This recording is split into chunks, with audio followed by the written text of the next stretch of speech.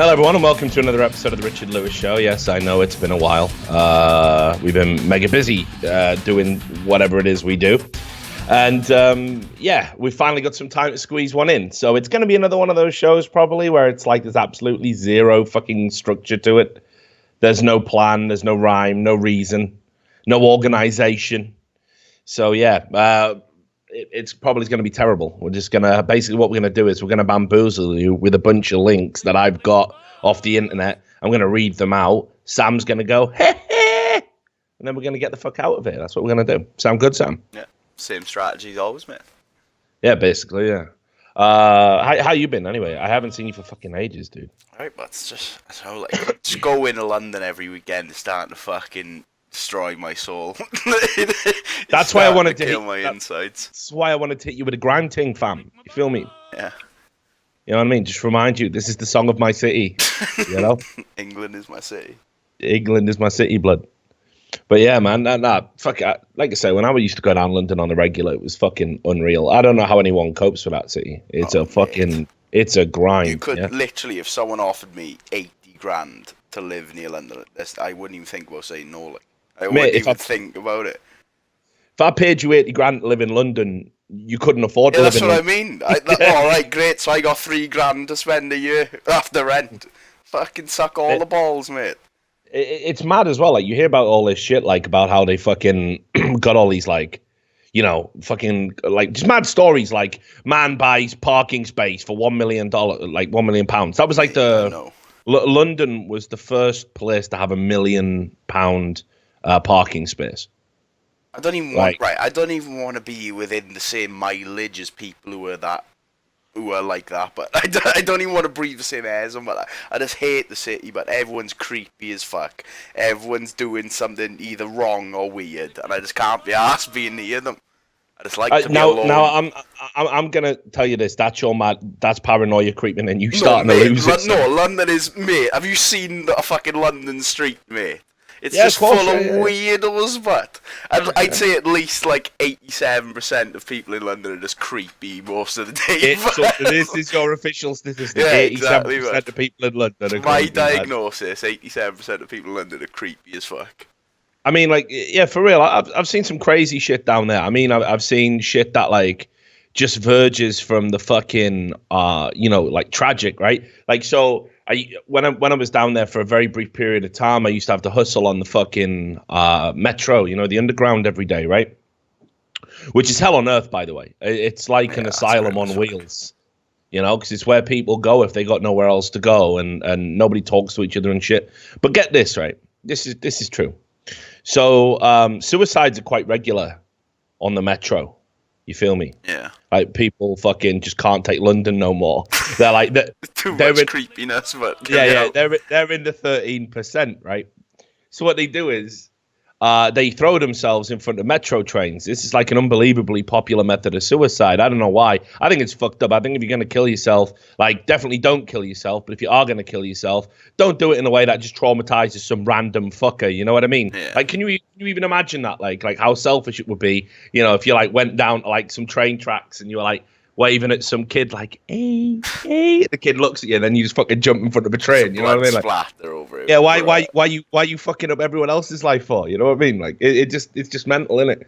So I don't get that. I understand, like, obviously these people aren't in a good place or whatever, but like that does seem to me an egregious way to do it. There's a million ways, you know, that aren't as fucking traumatic. Anyway, the point of this story is they get quite a few suicides on the underground. And what I didn't fucking realize is they got a team that deals with this shit. You know, they got a team who deal with the bodies. And I know this because I've seen it. They have these huge, like, it sounds so mental, but like, you know when you're sweeping up and you get a broom and a dustpan? Yeah. You have like a giant dustpan. You feel me? Like and they... Yeah, and they fucking get on there wherever the bits are. Oh. And they fucking just scoop you up. And here's the thing. There was an investigation recently. This was in the papers. How much is that cunt getting paid, by the way? Come on. Probably 80 grand and probably got 3 grand. Going on his rent.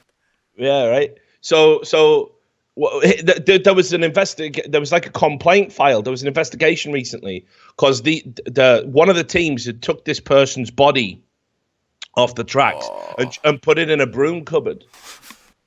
Just stuck it in a broom cupboard in the dark. No, here's why. I'm going to tell you why. Because London can't stop. Because you know what I mean? Cause everyone who lives there is so important. Oh, they were just so big. Oh, fuck him. I'll take care of it later. I got other shit to do. I got to go to Pret for a bagel. Think about it, right? It's the morning rush. Someone fucking jumps. Everyone's got to get to work. Everyone's late. The whole city's going to grind to a halt. So the fucking scoop bros have got to come down, get that body, and then how are the police getting in the middle of rush hour traffic? How's the ambulance coming down? How's any of that happening? It can't happen. It's too crowded, right? So you've got to put the body somewhere. You can't just leave it there, or the train can't go. Everyone looking at it and shit. You can't just leave it on the side. You can't just lift it up and put it. Step over the corpse and mind the gap.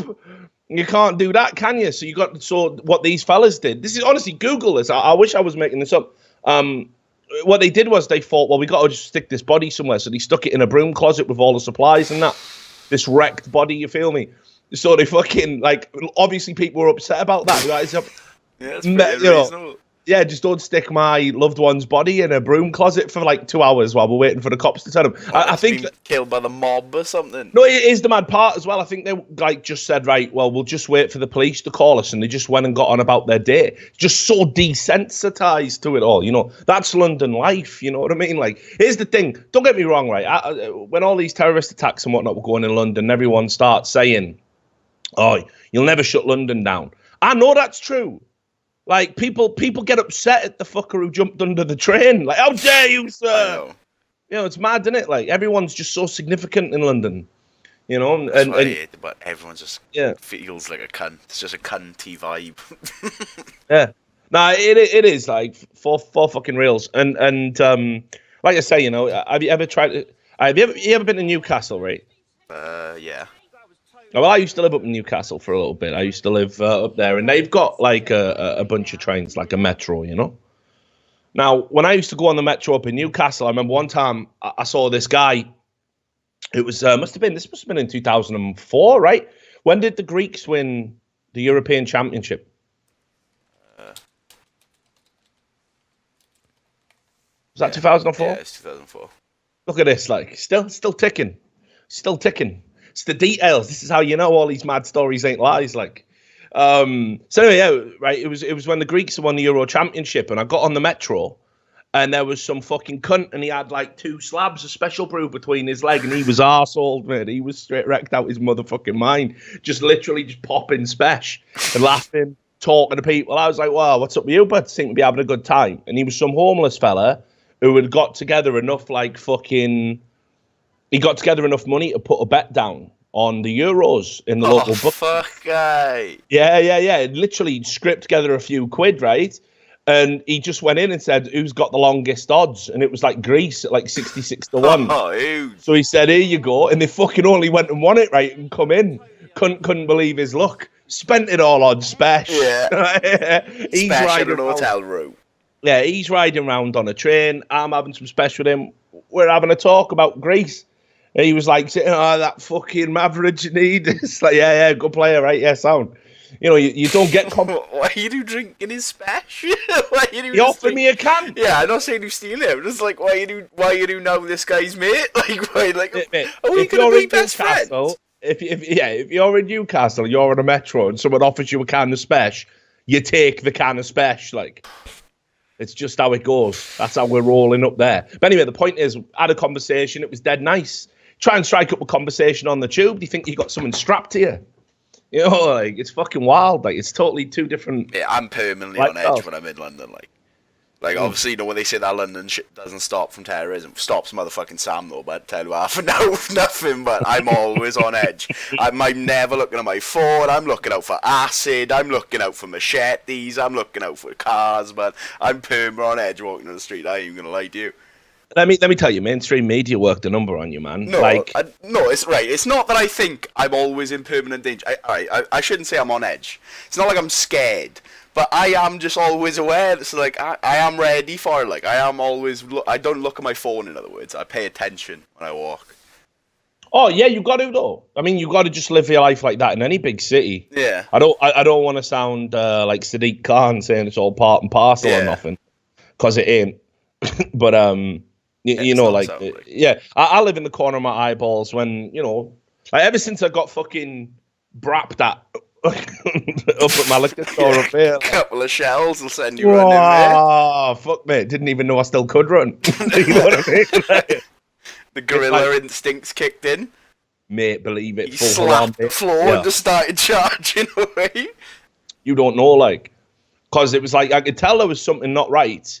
There was that air, the aggro in the air, and like and I wasn't obviously the target or nothing. I wasn't involved, but it was close enough, I'm not. It's even worse if you get caught by a stray. Like the bullet was meant for you, There's a story behind it. If you just got lit up because some cunt has bad aim, like, fuck your life, you know what I mean? Like, that ain't no way to go out.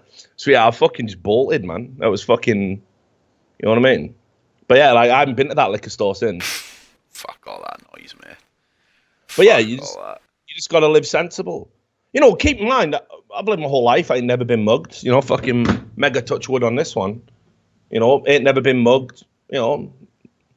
I had a few little hairy moments, but they were all moments that I put myself in the moment, It wasn't like a surprise, so never been mugged, never had no one try to fucking do any of that shit. Did I tell you in Atlanta when fucking Joshy Rav lost 2 pairs of house keys? And you had to get a hotel room.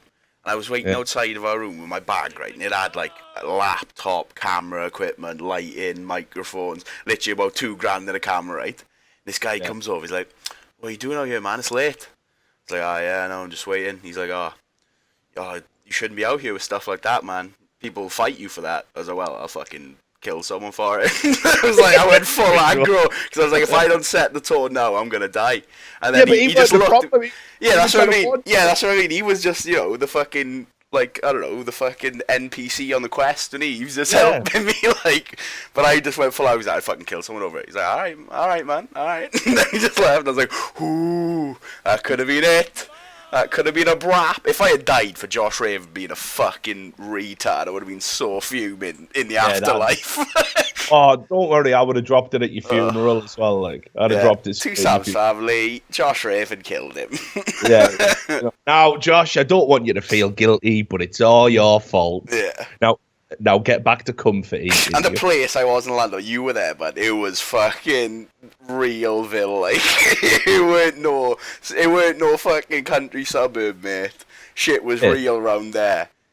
Like, dude, like, I'm telling you, like, it's so overplayed. I think people, mate, like, look, right, you say this, mate. Yeah, I do. You weren't there. I believe me. Yeah, I encountered many drug offers. I encountered many shady attacks. That's wicked, mate. That's wicked. What have I got to do to get them offers? Well, go to where I was living, obviously. Yeah, evidently, right? See the boys. I think it's just I think it's just massively overplayed that people talk about the hood, right? And then, like, you go to these places and it's just working class communities. And what happens is people get this thing built up in their mind where it's like danger, danger, danger. So you carry yourself a little bit different. And then people are eyeing you a little bit different because you don't realize you're the one acting shifty.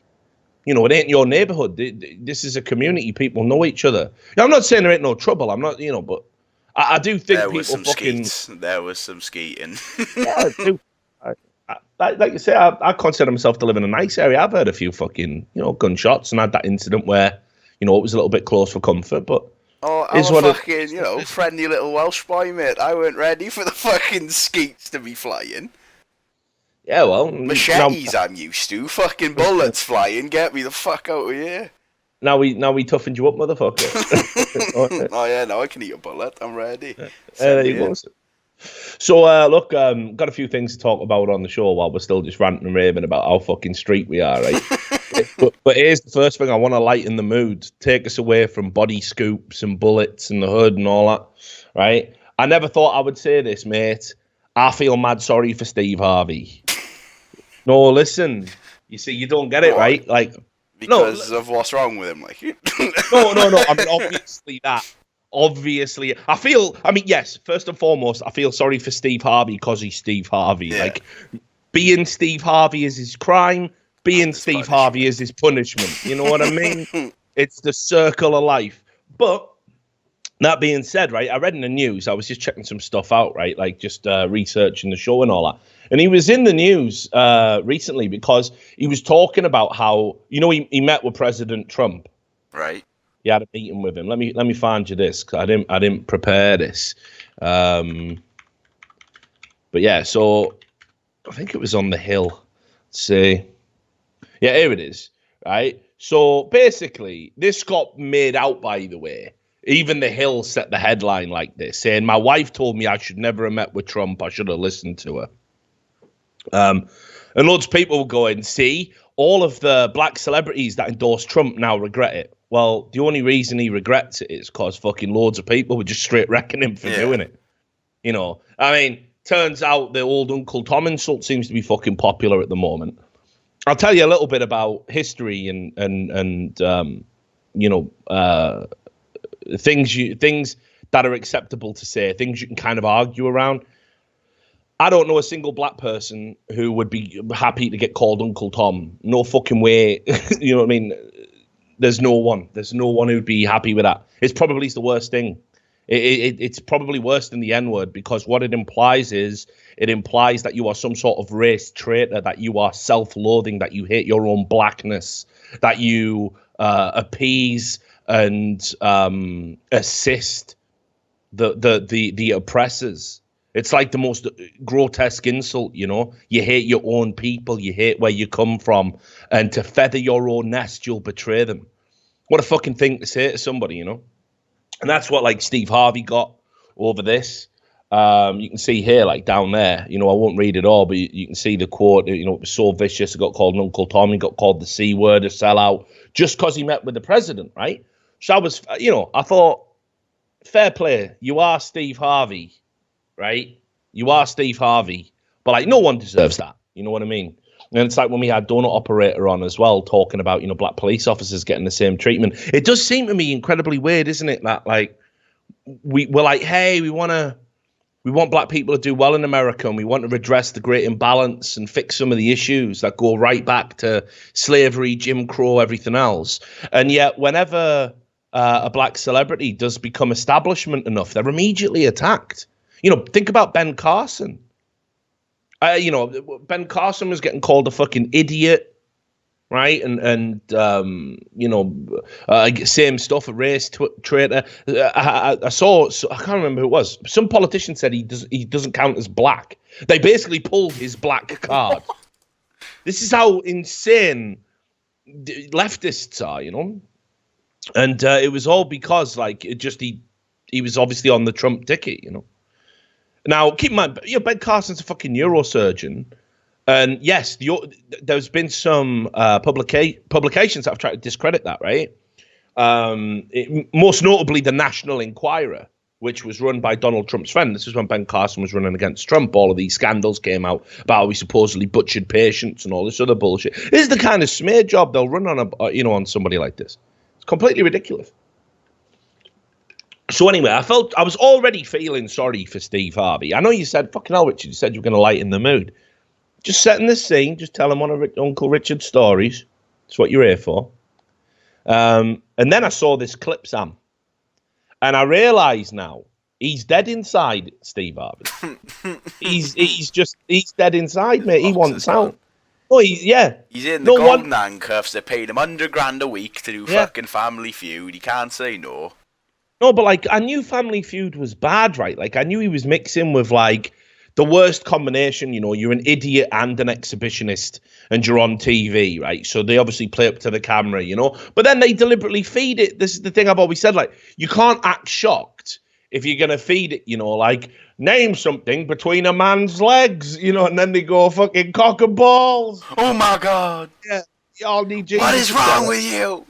Right, so, like, you know, obviously that sort of shtick just isn't funny and it's garbage. But then I saw this clip the other day and I thought, first the Donald Trump thing, now this. Maybe I've got to revise what I know about Steve Harvey, because it's no wonder he's fucking miserable and he's ready to tap out. Just play this fucking clip, mate. It is the single-handed most ridiculous, retarded, cringeworthy thing I've ever seen ever. Right, 3, 2, 1 it. Right, 3, 2, 1, go.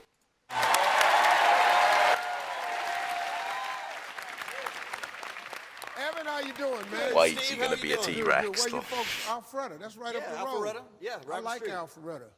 I'm so excited to be here that I've got a Tyrannosaurus Rex bursting to come forth. This guy. A Tyrannosaurus America, Rex. Steve. why? Yeah, Can I show look you? at him. What a cuckold having his little moment, you know. I know. He must look be an at him, look at him. actor or something. There can't be real people No, like this. no, he's just desperate, like. There can't be real people like this. Doing his own hype. Just watch this, Oh, mate. mate.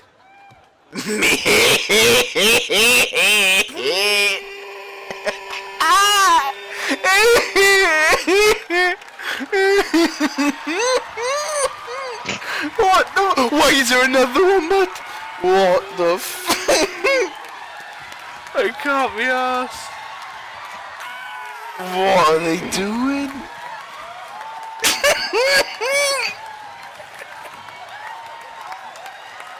Right. Steve just wants to end himself. Look at It's him. a game show. Yeah, how the hell did Ruben get out here? This is a game show.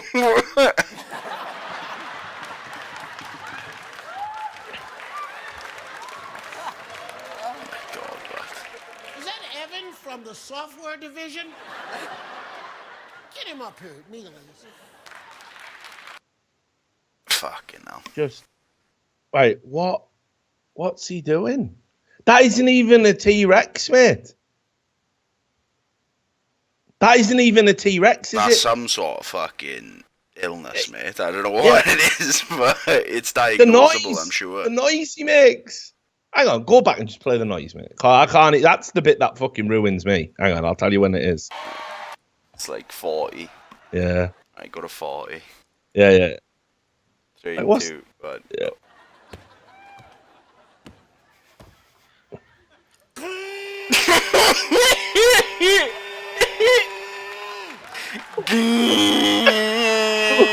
Yeah, what even is that? This goes.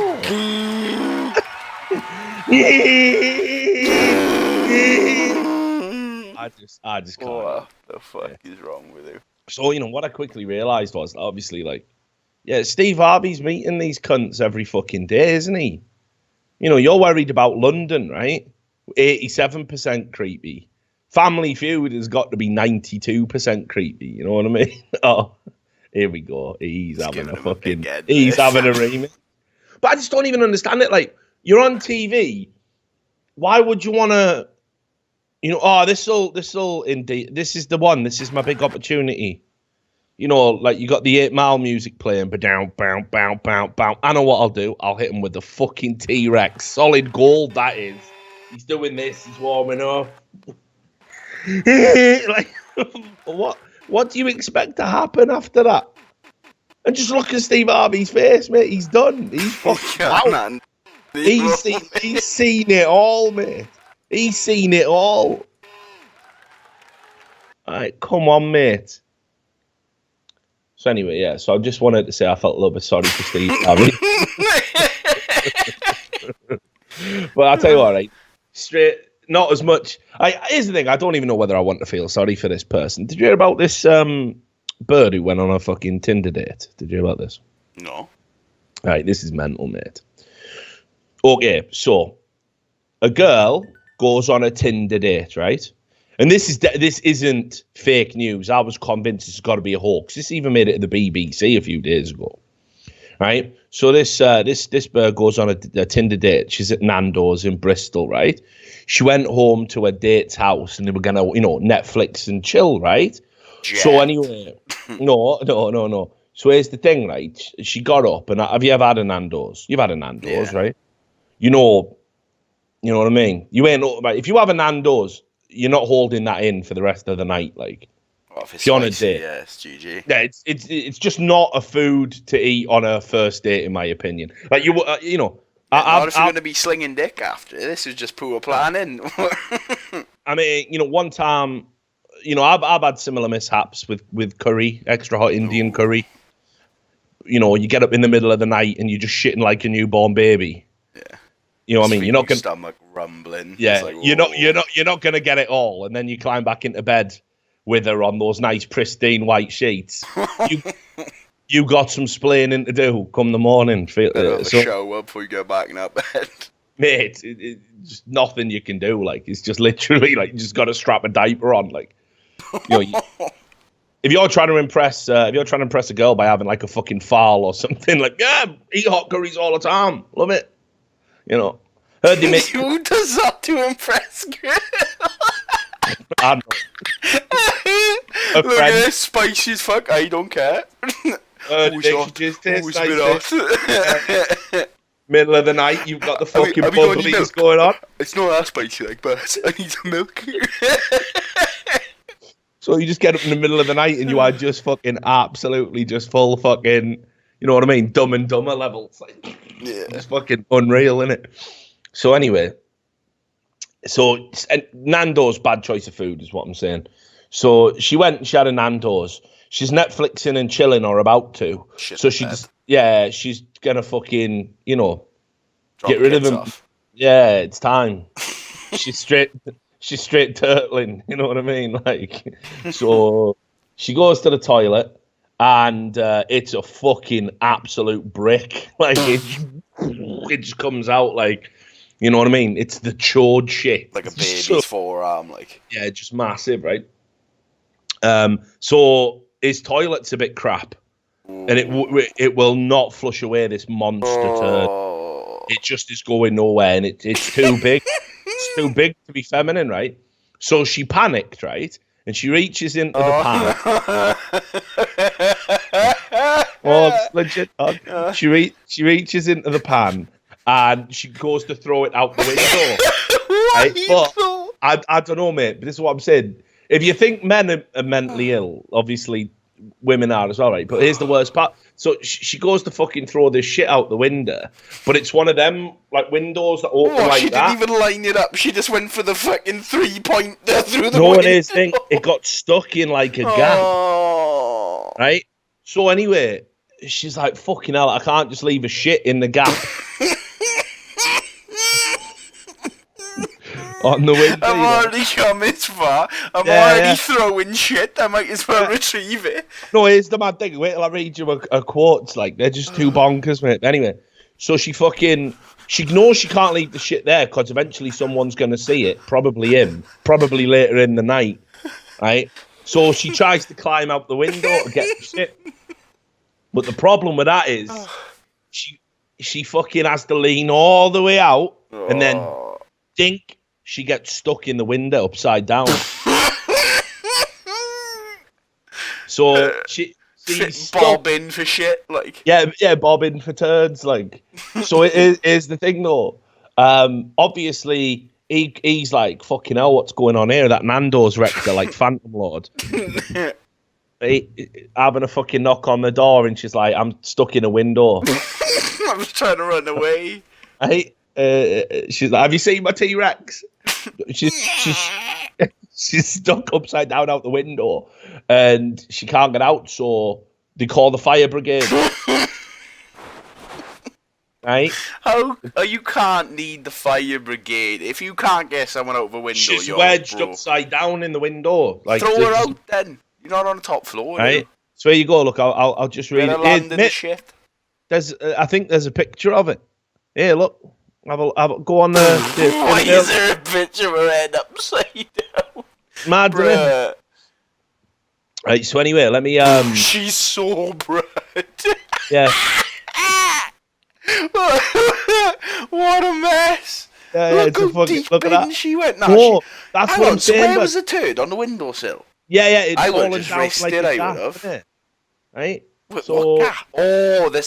two windows. Yeah, I get it. So she's in between the windows. Yeah. So she's like, I get you. Like fucking, what's that film? Is it 128 hours or something? The guy who had to cut his arm off with a blunt knife. But instead of being trapped by a rock, she's trapped in a window. And instead of a compass and a phone to keep him company, all she's got's a giant turd. You know what I mean? It's mad. If I was on a Tinder date, right, and I came into my toilet and she was like, yeah, I was like, I'm gonna phone a fucking policeman because you're obviously mentally ill. Get the fuck out of my household. You're paying for that window. Just check this out, right? Being an amateur gymnast, this is according to the guy who she was on a date with. Being an amateur gymnast, she was convinced she could reach into the window and pull the poo out using the tried and tested... Amateur gymnast? Yeah, you're not a fucking amateur shit scooper. What do you mean? Right. Yeah, this is a job for me. So being an amateur gymnast, she was convinced that she could reach into the window and pull the poo out using the tried and tested inside-out bag as a glove technique. I mean, turns out that's a thing. Unfortunately, she couldn't reach. She climbed further in and had the same problem. Eventually, I agreed to give her a boost up and into the window. She climbed in head first after her own turd, reached deep into the window, bagged it up and passed it out over the top and back into the toilet from whence it came. So there you have it. So she just got, it's like just the fucking worst Tinder date of all time, basically. So, and they've got to replace the window. So they had a GoFundMe. They had a GoFundMe. They had a GoFundMe. Which is why I was mega cynical about it. The best part of that is, you didn't mention, he came in before she was stuck, and he was like, what are you doing? Yeah, I had a big shit. Get something out the window. What is it? A turd. I had a big shit. It's so mad, mate. If you're willing to tell the person that you need to give me a boost to pick up a turd, why don't you just leave a shit in the toilet but say, yeah, toilet's broke? She even did an AMA on fucking Reddit, mate. Like, so she's reached celebrity off the back of, like, basically just being a shit throwing fucking a shit thrower. Like, a shit thrower, basically. So come to my house and throw shit, but never come again. Get the fuck out of here. So there was that. And while we're just talking about freaks and fucking oddities, right, have a look at this cunt. What a beaut. I couldn't believe it, mate. Absolute pure beaut. Again, thought this must be fake. It's definitely not. So can't the head... handle his motherfucking face, mate. No, I know, but like, mate, he looks like a deformed Trent Reznor, you know what I mean? From fucking 9 Inch Nails, actually. So this is a guy called Michael Bisagano, who was he was first arrested in 1991 after sexually abusing and killing chickens. Reasonable guy. Yeah. So basically what he does is he just molests guinea fowl, dogs and chickens. Right? I know, and mad, isn't it? What is guinea fowl? I don't even know what that is. It's smaller than chickens, basically. Right? So, what's a guinea fowl? Is that like ferrets or something? No. It's like, look, I'll show you. They're just tiny little birds, mate. Guinea fowl. He's even going for the smallest of birds. He even has to click on the most vulnerable of birds. Here you go. Look, here's a guinea fowl, mate. That's what a guinea fowl looks like. Do you know what I mean? I was imagining some sort of fucking they're guinea pig cross. Nah, they're pretty birds, like. Oh, right. Yeah, they're pretty birds. Why is he noncing them? Mate, you say it as if like, but noncing a chicken. No, obviously it's all unreasonable as fuck, but why that specific bird, like? I don't know, mate. Well, just first of all, I think we can glean a lot by just looking at him. Yeah, his head's obviously gone, like. Yeah, his box is just gone, man. He's gone. So here you go, like, just look at some of this. I'll read you his rap sheet, right? Well, but hang on, no. First, I'll tell you why I'm telling you this story. He's asking if a judge will let him out because he's like 46 now. Oh, I'm so no, but prison. No, he says, but if you chemically castrate me, I'll be all right. Ooh. So he's having the old to stop him fucking all these sexy chickens. He wants to get. But he was also murdering them, but he can still kill them, like. Yeah. I mean, but he killed them afterwards. Oh, so he wouldn't do that. Like, he's not unreasonable. Yeah. He'd only kill them if he gets to fuck them first. Just listen to this madness, right? He was arrested twice in 1991 after he was found in a chicken coop surrounded by dead birds. What the fuck? Like a fox. Like a retarded fox. He said his second arrest came for breaking a rooster's neck. And after no, mate. Calm down. Gets better. His second arrest came for breaking... Why is there always bestiality on the show as well? Like, why is this? What are these brows, you know? Oh. You are charged in the offence of breaking a rooster's neck. Death! Oh, the hurricane's coming in. No. There is like someone having a drill though. Anyway, I just think about him doing it like Steven Seagal or something like that, you know. Anyway, right? So comes up from water, jumps up behind in a scuba suit. Yeah, no, I'm the cook. I don't know why I'm laughing. This guy's obviously fucked in the head, like, but no, massively, right? Sweet. But anyway, like, so his second arrest came for breaking a rooster's neck after he was found in a neighbour's goose pen attempting to molest the bird. He pleaded guilty. This was a fucking misdemeanor. Yeah, I was gonna say it's not because it's not really illegal. Well, I don't know. Is it illegal to kill animals? It definitely is. What? It can't. Right. If I buy a chicken right now and then I grow him and then eat him, I can't. Mate, if I come round to your house and punch your chicken, that's that's unreasonable. You can't eat other people's, 100%. What I'm saying is. Yeah. So he paid. Probably getting through a loophole, mate. He only paid a $500 fine for that. No. Then get this, like this is just mad. In '93, he was found guilty of breaking into a barn. He stole a Rottweiler. Cunts hard as nails, obviously. I know that. How'd you steal a fucking Rottweiler? How'd you do that? They're fucking massive. They've got an head twice as big as mine. You know what I mean? Yeah, look at her on fucking D-ball. Yeah, so he fucking the D-ball. Like Brock Lesnar head. Yeah, innit? Full Lesnar head. But he stole a Rottweiler and then just killed it by breaking its neck as well. He just Why is this cunt some sort of kung fu master? But hitting pressure points and snapping necks. Yeah. He's living a fucking kung fu movie, but he thinks he's killing chickens like Kill Bill. He's Kurt Eichenwald's son. You know? Just mental, innit?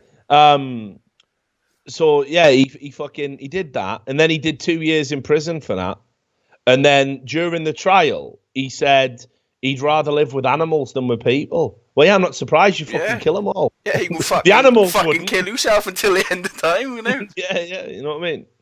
And then he gets out, and then 1 month after he's out, he tried to kidnap a German Shepherd. The dog, not just a bloke. A1, yeah. It's just look, mate. Scroll down and just look at it. Like, look at the picture of him in his Come on, like, someone have a word. Snapping necks. What the fuck? Mate, I thought Pablo Picasso was dead. Nice to see he's had a face transplant, though. I'm glad to see you've accepted it. Hey, he's come on, like that can't be fixed, can it? He lost his eye in a fucking Rottweiler fight. I think that's a fake one he's put in. The last one he tried to steal. Yeah, he was sound until then. So basically now what he's saying is, and it is the thing. In 2002, I think this was his most recent thing. He was arrested. He served 4 years in prison for this because he stole a chicken, plucked it, and had sex with it in a motel room, then killed it. So 4 years for that. And then he got 33 months in 2009 for downloading bestiality pornography. And then, so his lawyer said he poses no risk of harm whatsoever to the human members of the community. Come on, mate. Other than stealing my fucking dog and slitting his throat for his creepy fantasies. Yeah, why does my dog have to die for this cunt? Like, fuck that. Come on. Like, I don't know. Some people just can't be helped, can they? I'm not saying put someone in prison for fucking life because they want to fuck chickens, but maybe you do it for this guy. You know what I mean? He can't be helped, can he? He's had how many chances? He just keeps stealing and fucking things. Like, he can't keep being allowed to do it, can he? I think the worst thing is that the top comment underneath is, he must be barking mad. Hey. Or definitely henpecked at home. So, So there you go. So there's that. Right, hang on. What else have we got here? I don't know why bestiality keeps coming up in the show, by the way. I do want to say that's fucking, it's a bit ridiculous. Suppose we can do this as well, right? Yeah, I've talked about Newcastle. You ever been to Sunderland? No. Mate, it's fucking hell on earth. It's garbage. It's an absolute shithole. I got some family who live over there. My uncle and my cousins. And don't get me wrong, they deserve to live there, you know. They are scum. Like, there's just no getting away from it. But fucking hell, Sunderland, man. It's rough. So hey, look, have a butcher's. Like, I saw this headline when I was just looking through all the news, right? Sunderland, it's too retarded, this. Like, Sunderland preacher vows to end the city's plague of rats. What rats is he talking about, though? Well, yeah, this is the thing, innit? He's not just talking about Sunderland supporters, you know what I mean? But like, here's the thing with this, like it. Does he work for the Sunderland tourist board? No. Like, you know, come to Sunderland, we've got rats. Like, no, but here's the thing: they do this thing in the UK, right, called the City of Culture. Have you seen this? UK City of Culture. No, I don't think so. Right, what they do is they give out an award. How many every few years it is, and yeah. So I think it started in 2013, and it's like every 4 years. So it's like a shit World Cup, you know. And they basically say, here's a city, and they typically pick out cities. This is the thing that's retarded about it. They pick out cities a lot of the time that definitely haven't contributed much to British culture at all. Like, Norwich was on the shortlist one year. You know, what's Norwich ever done? Yeah, inbreeding. Shitting on the floor. That's just a joke, friends from Norwich. I love Alan Partridge. Calm down. Wouldn't have understood it anyway. Yeah, you know what I mean? But like, that was there. Swansea was one, I think. You know, maybe. Even then, but Swansea, yeah, really. No, but here's the thing. So in 2017, it was Hull. fucking Hull. Next year, Slough. Yeah, but you know what I mean? Like, again, the only thing that Hull gave to the UK is fucking anal sex as a contraceptive. You know what I mean? The old fucking Colchester condom. The £7 blowjob, like. Yeah. It's just, what the fuck has Hull done for? You ever been to Hull? Like, it's fucking rough. It's not good.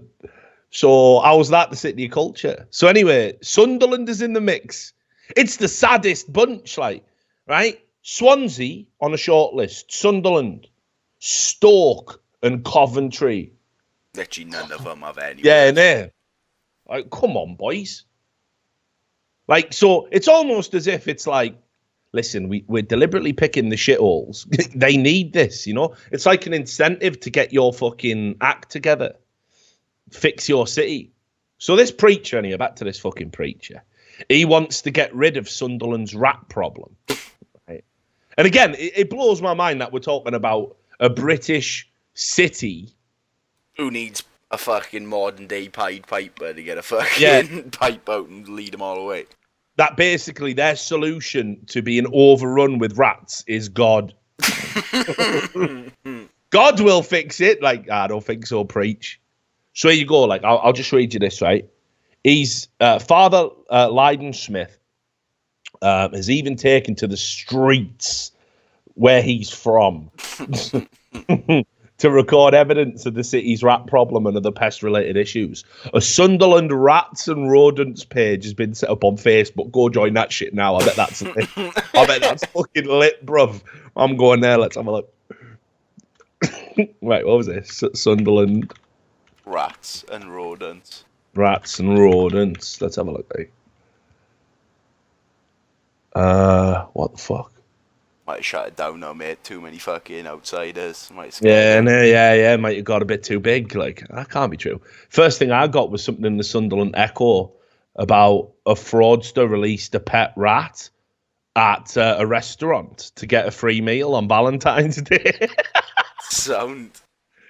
Oh wait, I think I've got it, but Oh, yeah. But look, just look at this cheeky cunt. Yeah, there we go. There you go. What's it? Oh, nice. Let's have a look. How many people are on board with 321? Join the cause. Just getting that. Look. Check out his post there. Sunderland has a major problem with rats and seagulls. Why is he favourite about the seagulls? What are you going to do? Kill them? How can you compare rats to seagulls, by the way? Ah, they are fucking rats with wings, like. But no, come mate. Hey, mate. Seagulls are alright. Mate. Seagulls are cunts, but. What would you like that cunt with the bong eye? What you choking? I don't give a fuck. Well, that's the bird that deserves a day. You know what, mate? Stay off the guinea fawns. No, foul. Listen, I've fixed the problem. I don't know what guinea fawn is, mate. I don't know. No, I've fixed the fucking problem. What? I've fixed the fucking problem. You don't chemically castrate that cunt in America. You hire him and you send him to Sunderland. Fuck all the rats to death.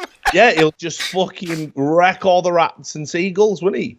He'll love it. He'll be in his fucking element. Yeah, he'll be living the dream.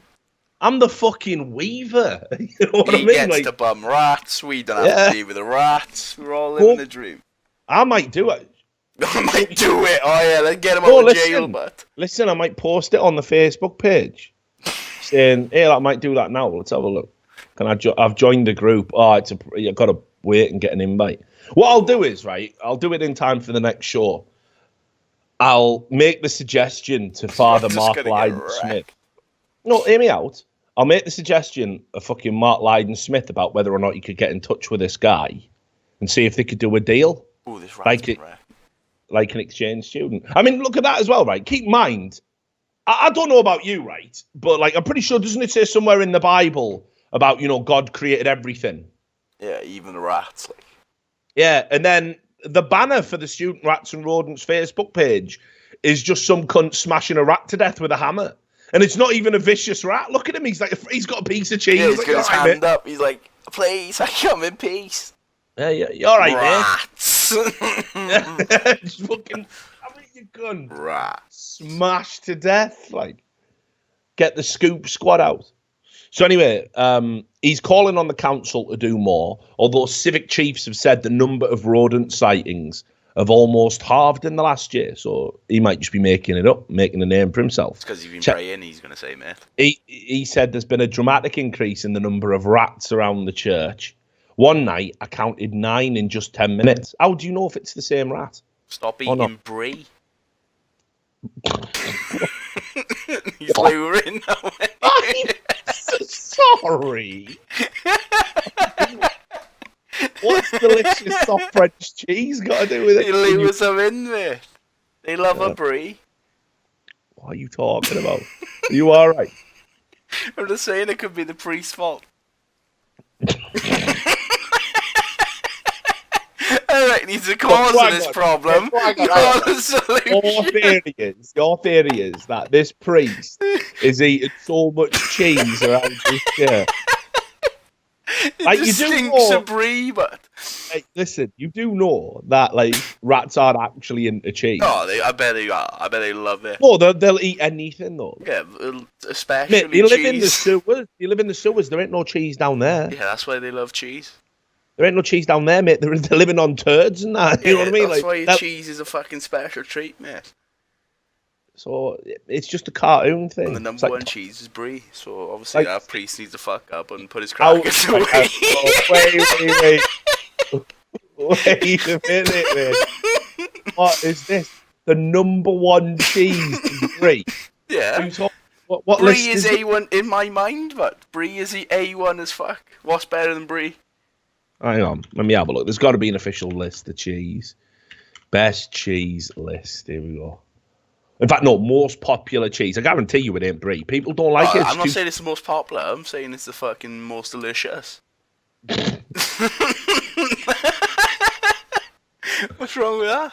I can't deal with you, mate, when you're like... you're out of control. Well, these fucking people who eat like a camembert shit, mate. Get up Camembert. Whatever it's called. Camembert, mate. It's bear. It's French, isn't it? Have you met my friend? So it's Bert where I'm from. Camembert and Ernie over here, like. You know what I mean? Well, Camembert's like brie. Yeah, but it's not brie.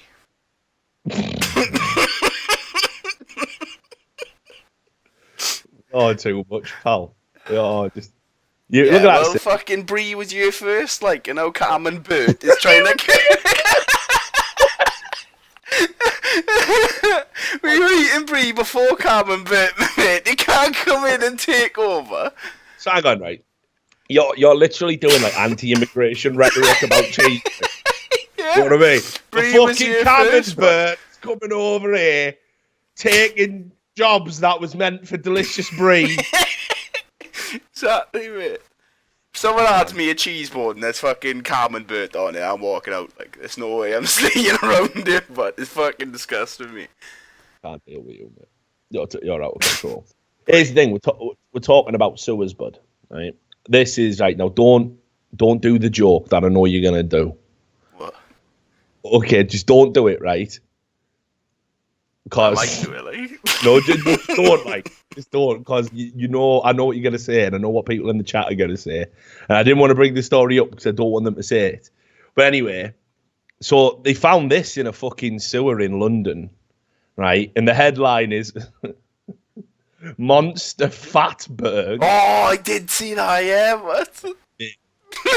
Just full of condoms and fat. No, it's bad. Like. By the way, if any of you are eating, stop now. Like, I never give warnings or nothing on this show, but just stop now. Like, Monster Fatberg found blocking East London sewer. Right now, I didn't know what a fucking fatberg was, but like, but why would I? Why would I? I know the joke now. Yeah, you get it. Like, yeah. So don't. So here's the thing. What happens is, like, cunts are like pouring fat down the sink and that, and not getting rid of it, and pouring food and shit. I don't know why people are doing it. Then what happens? Condoms. Yeah, no, but like the fat congeals and it's like gloopy, right? So as it goes through the sewer, it like nappies get stuck to it, condoms, you know, whatever, and it just created this thing. This thing is fucking outrageous, right? It was 130 tons. It was 250 meters long, Sam. Right? It's nearly as heavy as a blue whale. Yeah, they have to use like fucking industrial equipment. It's rock hard. This rock hard nappies and fucking jet. Can you fucking imagine that job? Like, just know me. Go chisel away out the condom, fucking iceberg, mate. Fucking 80 grand for this. Like, yeah, we're gonna send you down into the sewers of London, and you've got to hack away at a giant 130-ton congealed blob of fat that's held together by used nappies and used condoms. Like, have fun. There must be a better way to fucking. Do you want to know what the worst bit is? Right, the head of the company that has to smash up these fatbergs and sewers. Like, do you know what his name is? Mr. Fatberg. Oh, that would be funny. Like. Matt Rimmer.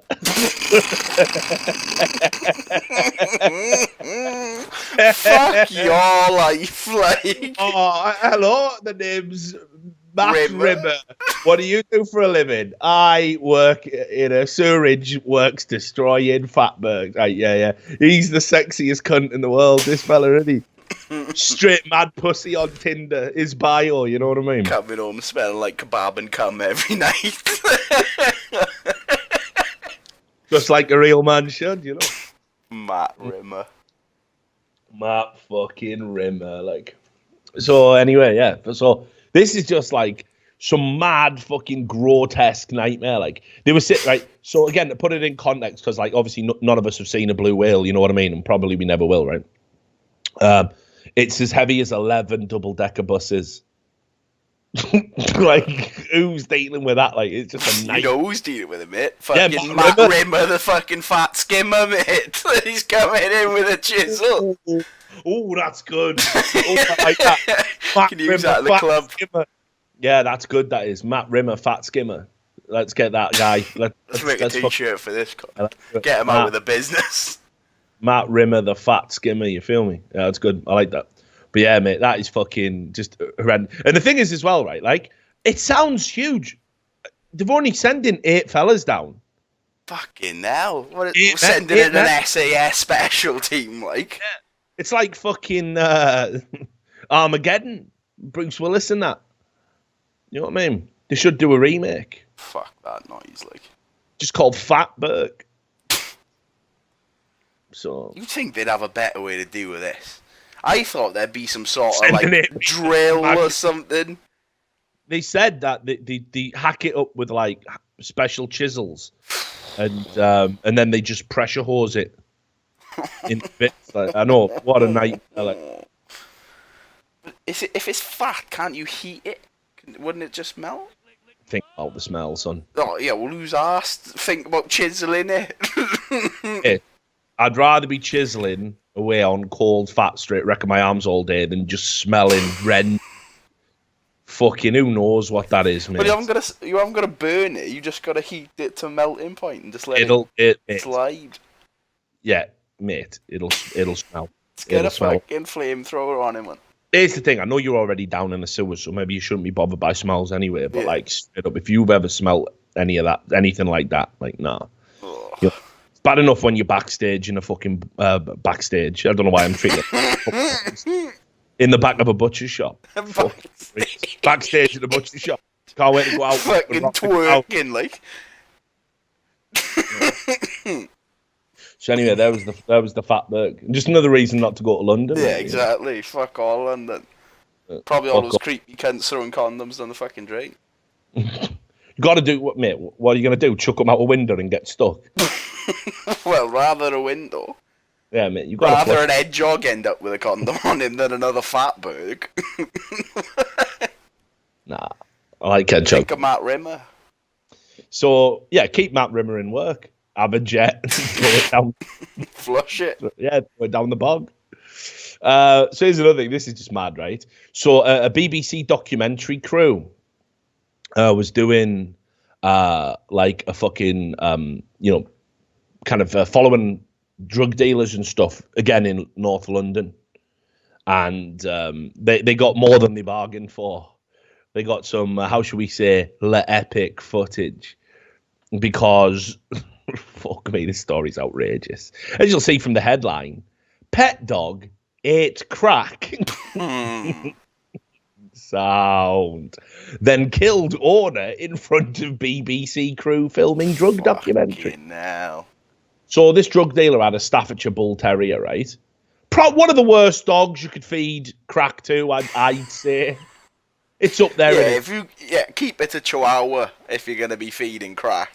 Yeah, if you're going to leave crack lying around, get yourself a Pomeranian or something. You know what I mean? It's all right. You can deal with that. Right? So anyway, this fucking drug dealer's just leaving fucking crack rocks around. And you know what dogs are like? Doggos will get into anything. Like. Yeah. So he's just... This fucking bull terrier's just chewed. Oh, no, that isn't a different one. Okay. That's a different one. That's just a dog. But he is also big. Yeah, that's just a fat dog that ate a kid. I clicked on that stuff. Mad, just fucking ate a 4-year-old boy, like just ate his face off. Anyway, so basically what happened there was this fucking dog got jacked up on the crack and then it just fucking went for the drug. I mean, you know, say what you will. It fucking latched on and went for the old neck grip, you know, like they do. And then while it was up there, it just gnawed off his lips and that. Jugular.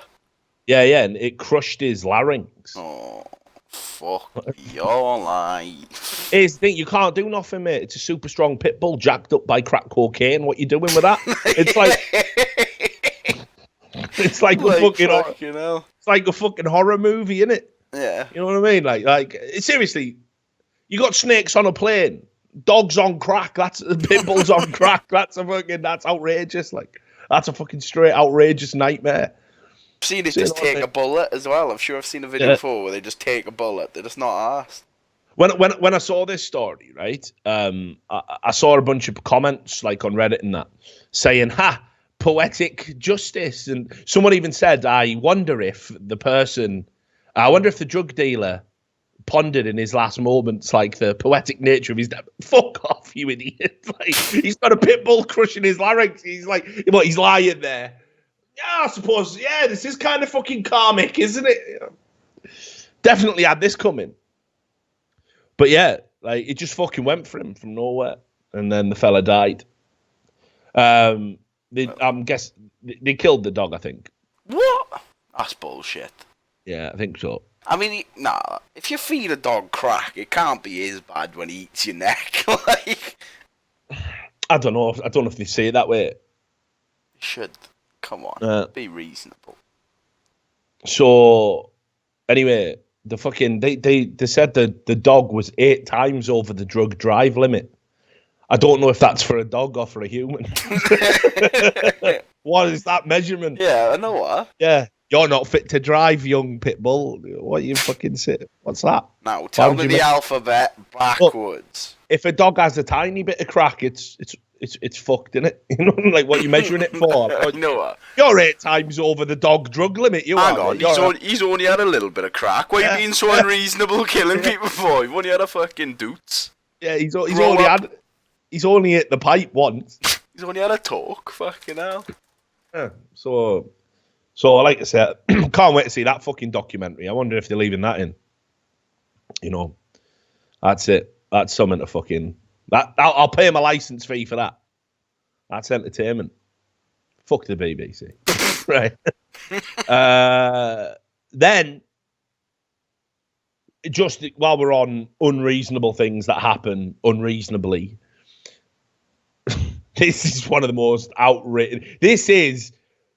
This sparks rebellion shit like this, you know. This is just such a mad fucking unbelievable decadent wealth, you know, we hate poor people kind of story. So this is the headline, and it comes coupled with the photo of a young lady called Katie Quackenbush. I know. Fucking hell. I got down there and she had a quacking bush. So anyway, Katie Quackenbush, and get this, right? She was revving her Porsche next to a homeless person on the street. He was just getting all fumes in his face. Trying to sleep, yeah. Sure. Yeah. He got up and he said, "Excuse me, ma'am, can you move your Porsche?" So she went into the Porsche, pulled out her gun, and shot him 2 times. Sorry. Yeah. Pretty mad, right? Like, reasonable. Fucking hell. Yeah, so... Look now, at her eyes, mate. Yeah, I know, yeah. Even her eyes are having a disagreement. That's how fucked her head's she gone. drinks pumpkin spice lattes, no doubt. She drinks fucking pumpkin spice with some fucking purple drink added to it, but her fucking head's gone. Yeah, innit? Sipping on some scissor. Right? So anyway, he's still in the hospital, the fella. Like, he's 54-year-old on the streets of America. You know, this is in Nashville, Tennessee. And she was out late at night. It was about 3 a.m. He was sleeping on a sidewalk. She's blaring loud music out of a Porsche, revving her Porsche, and he said that the exhaust fumes and whatnot disturbed him. So he got up and asked her to move the vehicle, and she had an argument calling him like a fucking bum and all this stuff. So he argued back. So she went into her car, got a gun, and shot him. Now, her father has come out and said, "No, that's not what happened at all. The man made sexist remarks towards her." Oh, that's right then. Yeah, sound. Definitely light him the fuck up for that. Hey, what's up with you, baby? Blah, blah, blah, blah. That was reasonable. He was sexist. Yeah. So,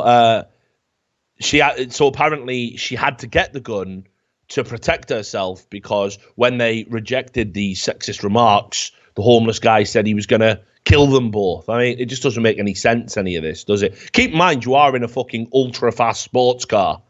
Yeah, I'm going to bloody kill you. Just hit the gas. Just drive away, you know. It don't make sense. And you've got a gun, like, you know, and you know it's there. So, yeah, she fucking went to the car, got the gun, and shot him. Basically, for being homeless and having the audacity to ask her to move the car. So she's now been arraigned. She's on bail. Only $25,000 bail as well, which I thought was nice. So she's definitely just straight chilling. Sell that Porsche and then you're straight home there. Yeah, exactly, right? So, yeah, I can't wait to see how that one's going to go down. I'm going to try and keep an eye on that one.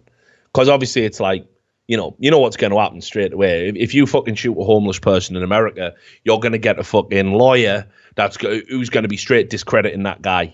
they're going to go through his rap sheet, right? And what's he going to have? Because he's homeless, he's going to have a fucking history of mental illness, guaranteed, right? Because here's the thing, you don't have to be mentally ill to live on the streets, but living on the streets will definitely drive you mentally ill. Yeah. You know, so, and obviously you got to do what you got to do to fucking, just to be able to sleep at night, just to be able, fend off the cold. You know what I mean? So you fucking drinking toxic fucking substances to stay juiced up. You know, doing drugs to sort of get away from the fucking horror of it all. Every time you want to fucking get some money, you might have to do some, how shall we say, regrettable things. You might want to fucking erase your memory, or at least make it tolerable and not have to think about it.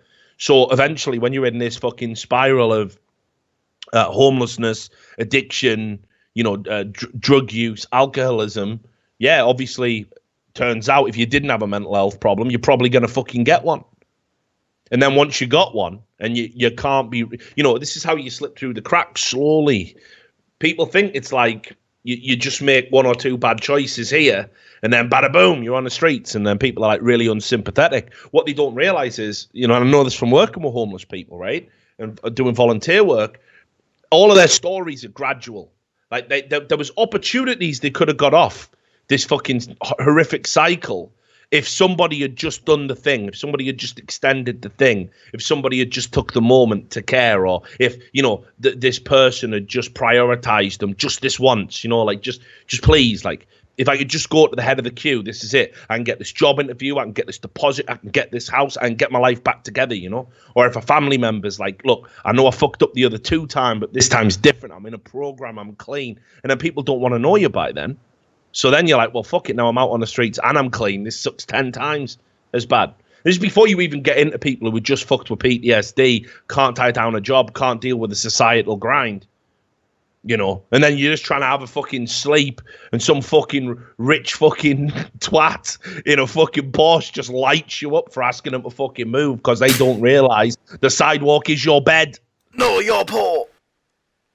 So what'll happen is when that cunt goes to fucking court and has to defend himself, she's gonna her lawyer is gonna fucking discredit that guy. They'll find his thing. In 1999 you were charged with shouting lewd things at, they'll find something and they'll use it to discredit him. So I'm going to be interested to see which way that's going to go, So, but yeah, crazy story, horrible story. It's easy to dislike her after that. How are we doing for time anyway? Time we start. I'm just going to do the old up time because I'm a lazy can. No worries. About an hour. About an hour? Hour 10. I come with a long, like Peter Crouch is. All right, because I've got to keep one eye out on Anders coming back, you see. I don't know if I told you Anders is staying over. Yeah. Because his house got wrecked by Hurricane Irma. So when he came out for E-League, right, he said, here's what I'll do. I want to get a little bit closer to nature this time because, Georgia's got some wicked trees and hills and animals and that. Right, if you're into that sort of thing, I'm not, but whatever, And he said he wanted to be a little bit closer to that. He's going to have his family fly out and spend some time, so he wanted to go on some rambles and stuff. So he picked an apartment, like literally just in the middle of the woods, a cabin in the woods, right? Yeah. He's done that knowing that there's a hurricane coming. Straight Anders, what a mad cunt. Hoping he can go shroom picking or something. Yeah, probably. I mean, I think he was on shrooms when he booked it. It's like, so, we have a Category 5 hurricane coming to Atlanta. Can I be surrounded by trees, please? Like, all right, sound.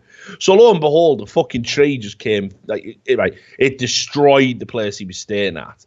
And they still don't have power now. And I said to him, like, because he was stopping here the last couple of nights, I said, look, mate, I know this is it's going to be really rough for them because I got the insurance to deal with and rebuild. You can't just stay in a gaff with no power. He was literally sat there going, well, when I go back tomorrow, I think I'll have to invest in some candle Anders, mate. But book a new place, like, don't go feral, just be real. So anyway, he's gone over to there now to clear out all his shit, and then he's going to come back here, and then me and him are going to have a beer. So I need to keep one eye when he gets here. The show's over, basically. Do some of that crack that Rottweiler's going to drop off. Yeah, you feel me? I'm gonna fucking dog delivery. That's what we need. Like, you'll just hear a headline: Richard Lewis 8 times over the legal limit for crack chews off Anders' face. Like he's on bath salts. Yeah, it is. Just straight bath salts and so anyway, here we go. This is just it's not connected to anything, but I saw this story and I thought, how fucking unreasonable is this? Like, who makes this decision? Now, you ever been to Disneyland or Disney World, I should say? Nah, I've only gone to the Paris. Right, but you've been, but you've been to the Paris. Yeah. Right. This is tough. Okay, let me just express how much I love the French. But no, for real. I think the French are the first to admit that the French people, if you're not from France and you're in France, that they are just cunts to you, and they right. All the French contributions to culture, the philosophy, the music, the cuisine, the alcohol. You cunts, alright, you cunts. You're all just cunts, except that you're cunts when you're in France. I'm qualifying it. But a priority in France, based on my experience, definitely ain't customer service or having a good time. I remember when I was a kid and Disneyland Paris had just come out back then, right? Like, that's how fucking old I am, you know what I mean? I'd just come back from a trip from the newly built pyramids, you know, and I thought, I'll go to that Disneyland Paris. So I went there, and fuck me, they just straight didn't give a fuck. I'd never seen nothing like it. Like, because, you know, you hear about Disney World, you hear about that. Disney out in, like, you know, fucking America and that, and it's like where all your dreams come true, you know, where they're straight fucking, you know, right, you stay in character, you Mickey Mouse, stay in character all the time. Auditions to get in, everyone's like an actor. Yeah, if you're fucking that Gaston guy, it don't matter how many press-ups you get asked to do, you got to do them all, you know, like, it's all for the kids, and that's wicked. I mean, that's a wicked attitude. It might suck for the, you know what you're getting into when you go and work there, right? Like, at the end of the day, their motto is, fucking, you know, we make all your dreams come true or whatever. You know, where dreams come true, come to Disney World, Disneyland, whatever. Disneyland Paris. Yeah. I probably we make all your dreams come true. Come here, come wherever. Disneyland, Paris, World, whatever. Peace. Or don't, right, whatever. But anyway, right. So when I went to Disneyland Paris, fucking hell, it haunts me to this day. It was one of the shittest childhood experiences I've ever had. Every time, to be fair, every time I went, it was banging. It was banging, like. Although, it was the one time, right, where I went to a French McDonald's. I was only like 5, right. Went to a French McDonald's and I had a toy, obviously. So I wanted the Chip and Dale toy. You know, the little 2 chipmunk kiddos. Oh yeah, Chip and Dale. Yeah, Chip and Dale. Yeah, a Chip and Dale toy. Yeah, I know. Yeah. You know who the Chippendales are. Yeah, right? But the original Chippendale is, if a 5-year-old comes up to you and says, "Oh, I want Chippendale," they're not going to start stripping and flopping and all, but they're going to know. Depends. Depends. Where all your dreams come true. Yeah, when I was like a little kid, I went up, I was like, "Can I get the chipmunk ones?" And they laughed at me. They just went, "No, you have to have no, you have that one." And I told my mother, and my mother went up there, but obviously just Welsh as fuck, just started screaming at them. No, but they weren't being proper and reasonable though. They're like, "No, you cannot, haha, no." I was like, "What the fuck, man?" So I started crying. I was like, "What the fuck, mom? They just said I can't have it." My mother just wrecked them, but came out with 6 toys. I was like, "Yes, welcome to Port Talbot, motherfuckers." Yeah, it's always good when your mum does a straight racking on something. That was big. Yeah, but you were probably wearing a cardboard box covered in sponges. Yeah, I was dressed as a princess at the time. Yeah, so it's funny. That's the story we're gonna get to in a minute. But anyway, when I went out there, it was just unreal. It was like just sad. It was like, you know, massive long queues for broken ass rides, and I saw a bunch of, like, you know, fucking Donald Duck with his fucking head off smoking a fag. You know what I mean? Yeah, like this fucking just. He's fucking cute. Yeah, you're going up, like, can I get a photo with you? I'm on my break. This is fucking garbage, you know what I mean? No, it was awful. It was really bad. Like, no one gave a fuck. And here's the thing, like, France, right? France will be fucking sound when they discover customer service, right? You know, in the great pantheon of discoveries that humankind has made, when they discover customer service, that country will be over the top, you know, it'll be really good, but they just don't have it at the moment, you know. It's fucking rough. So yeah, it was awful. We drove through the tunnel and that, I think, You know, it was fucking shit. Anyway, so here's the thing. Who makes this decision? I saw this, right? And basically, they do this thing called the princess experience, right? Right. And I haven't seen Frozen. I've got to be honest. So I'm entering into uncharted territory here because I've never seen the cartoon. I'm aware of some of the memes, but you know when people are memeing on you and you don't quite get the meme and you just go, wicked meme, right? Well, anyway, so they do this thing like called the Princess Experience, which is all based on the film Frozen. By the way, hang on, let me find this. Have you seen the Let It Go version with D's nuts in it? I think so, probably. You can just put this on. This is background noise. Yeah. I'm just running out of shit. Oh mate, the first picture's banging. I know, banging in it. Just get this on, like, just put this on. Right, 3, 2, 1, go. So here's the thing, right? So obviously, like, I don't know any of the songs, right? Like, you know what I mean? People meme on me all the time, like, people do it at work. They'll be like, it's like that thing with fucking Elsa. yeah, totally get the reference. I'm fucking, you know, it's not like I'm saying watching cartoons is bad, but I definitely, what the fuck are you watching here? Oh, yeah. Okay, whatever. I had to investigate it, mate. It's not any good either. No, it looks shit. It looks shit, man. Fucking hell, you're killing me. So anyway, like, so here's the thing. I don't know what the princess experience is, but apparently, like, you get to dress up as Elsa, who's like the lead character in the thing, and I don't know what Elsa does or what her special powers are or whatever. Something to do with snow, is it? Building a snow. Yeah, it's called Frozen. She loves ice and all that. Like. Yeah, she's good at building snowman or snow people or. I don't know if she just does ice. I'm not sure. Something cold. She turns warm to cold. She's warm. Right. So she'll be at the Qatar World Cup, please. Keeping everyone nice and cold. That's their answer to the problem. Just need Elsa. So here's the thing, right? So like, again, this might sound strange, but let's just be real about it for a minute, right? Like when you were a kid, right? Or maybe not you, but maybe you knew a kid like this. You ever play around with your mother's makeup? I didn't know, but yeah, I know kids who did. It happens, doesn't it? We laugh, like, you think immediately if you confess to this, that's it. Like, I've got you in the bench trap, you know what I mean? Hey, you bender. Like, it's not like that. Like, just obviously some people do it. Some people dress up. You know, no one talks about it because they're worried. It's perfectly normal for boys to want to play dress up. And if you're a boy and you grow up with a single mother, you might get into a jewelry or whatever and put it on.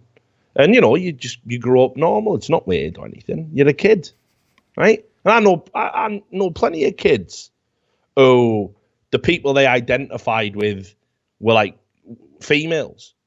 I grew up in a generation of boys who didn't have fathers, you know? It makes sense you look up to your mother when she's your only parent, you know what I mean? All of my like peers and equals when I was a young child, you know, their dads were dead, you know, from fucking industrial diseases or suicides, or they were in prison, or they were in the army. You know, my generation was just a generation that had we didn't have dads. This is why you just lied about what your dad did more often than not, because you didn't want to tell him, you know, that he was in Nick or whatever, you know. So obviously, a bunch of people, perfectly normal, you know, and I don't get why there's a fucking stigma about it. People are going, what do you mean dead from suicides?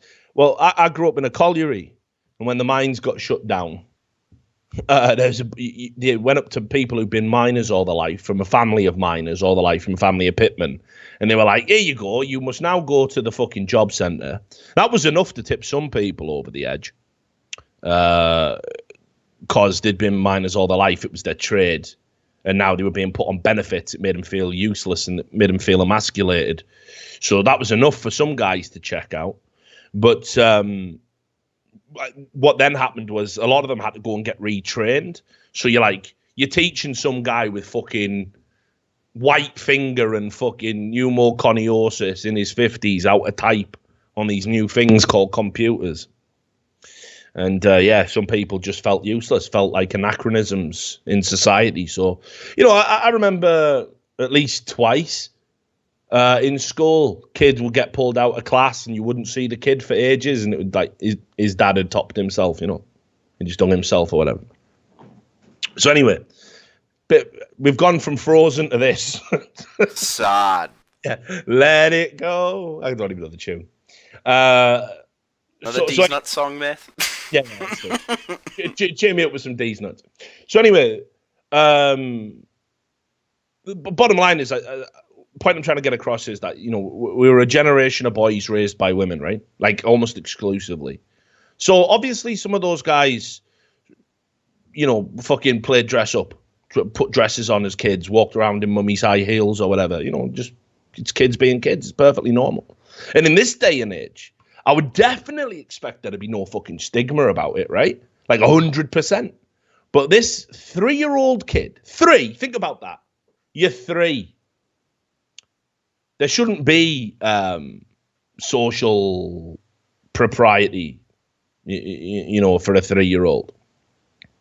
But anyway, this 3-year-old boy, Haley McLean Glass. No, hang on, he's not called Haley. Yeah, that's the mother. So her 3-year-old son basically is a massive fan of Frozen. And they do this thing called the Princess for a Day experience. So he said, fuck it, I'd love to do that. I'd love to be Elsa for a day, So they went to Disneyland Paris, which is shit. And they said, you can't do it. And they were like, why can't he do it? And he said, because he's a boy. And the princess, the princess experience is for girls only. So imagine that. You're 3 years old. You love Elsa. You're going to Disneyland. You're going to see Elsa. Better than that, you're going to be Elsa. I've already seen Donald Duck with his head off, smoking a fag on a corner. Yeah, right? So this 3-year-old boy got utterly fucking wrecked. Utterly fucking wrecked. So obviously they went public about it, as you do. And they said, like, Noah loves Elsa, dresses up as her every day. He won't take the dress off when we put him in bed. He knows all the words to the songs, blah, blah, blah. And she said, like, he can't have this experience because he's a boy. So they straight wrecked him. Now, of course, because she went public and it blew up as it did. And people were just to Disney for life for you. Well, no. What they said was, we don't have a policy barring boys from it. There's no policy. So the kid literally got wrecked for no reason. That's it. Yeah, but we didn't write it on paper. Yeah. So we don't have a policy, and we apologise, and it's an isolated incident, and we're going to ensure this doesn't happen again. And then obviously they drop in the virtue signal at the end. Diversity. It's not a diversity issue, is it? It's that you didn't let a child enjoy one of your experiences because some retard who works at your fucking dream factory couldn't handle the idea of a fucking 3-year-old boy in a dress.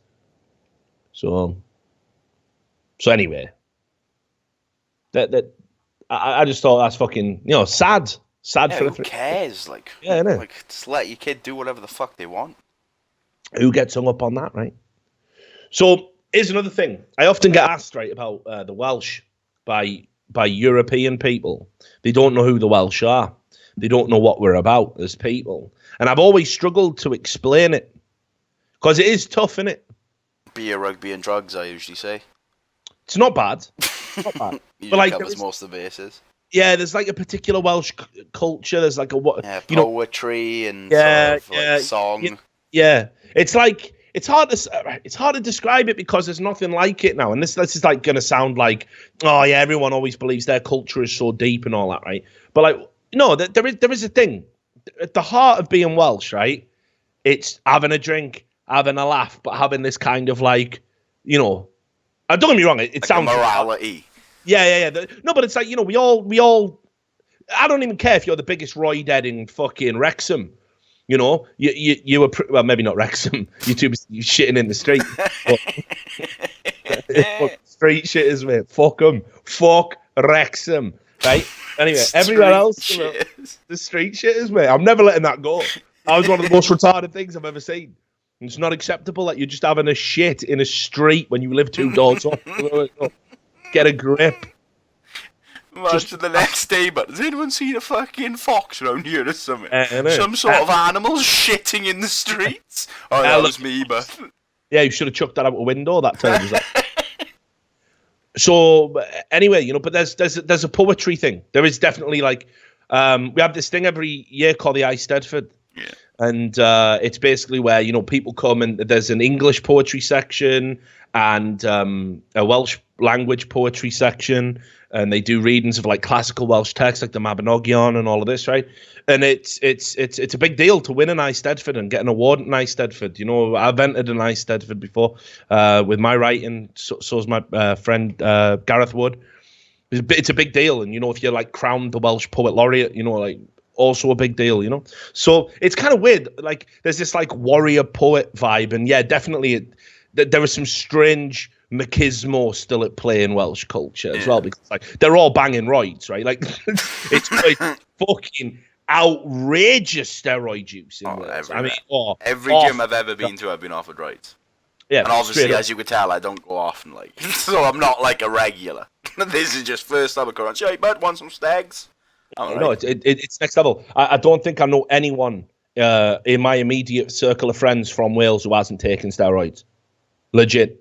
And some of them are like pencils, but they've took them in the past, I like it's fucked up, man. Like honestly, juice. Yeah, but like and obviously some people take it too far, and I don't know what that's about. But it seems to be from like a rugby background, no? Because everyone's super into rugby when you're young, so like everyone's got to be really big, so everyone wants to train younger, everyone wants to be the biggest. Yeah, I mean, maybe, I don't know, but it does seem to be more of a Welsh problem than it does anywhere else in Britain.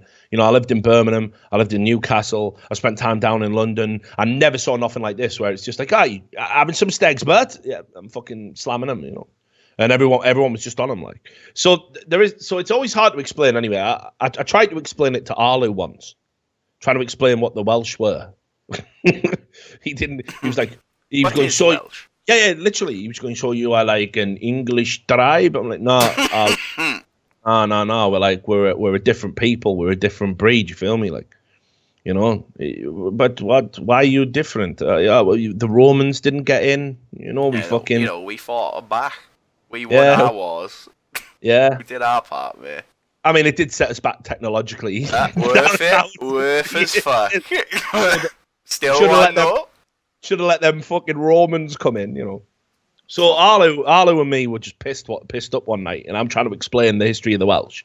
And there's just nothing really analogous to it. I suppose in Denmark, you've got people from a part of Denmark called Jutland. And Jutland is where they're unreal. They're just beasts. Like Vikings. No, like basically like all the Vikings that settled down and became farmers and then just farmed for like hundreds of years, but they didn't get the cows to pull the plows.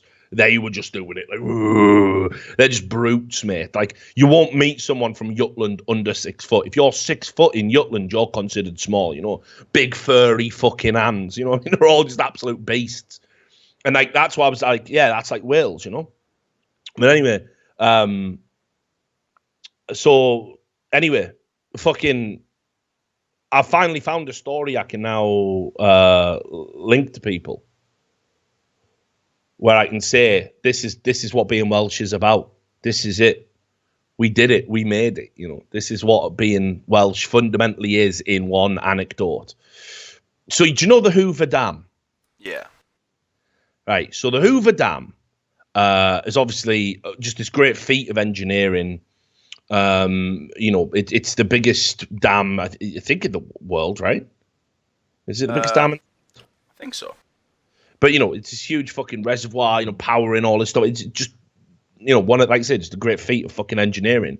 What happens is, people, because it's a big reservoir, people jump in and try and have a swim, and they don't realise how fucking big it is, because it's massive. Yeah, like, well, it's in the top 20 at the school. Apparently the top is in Tajikistan.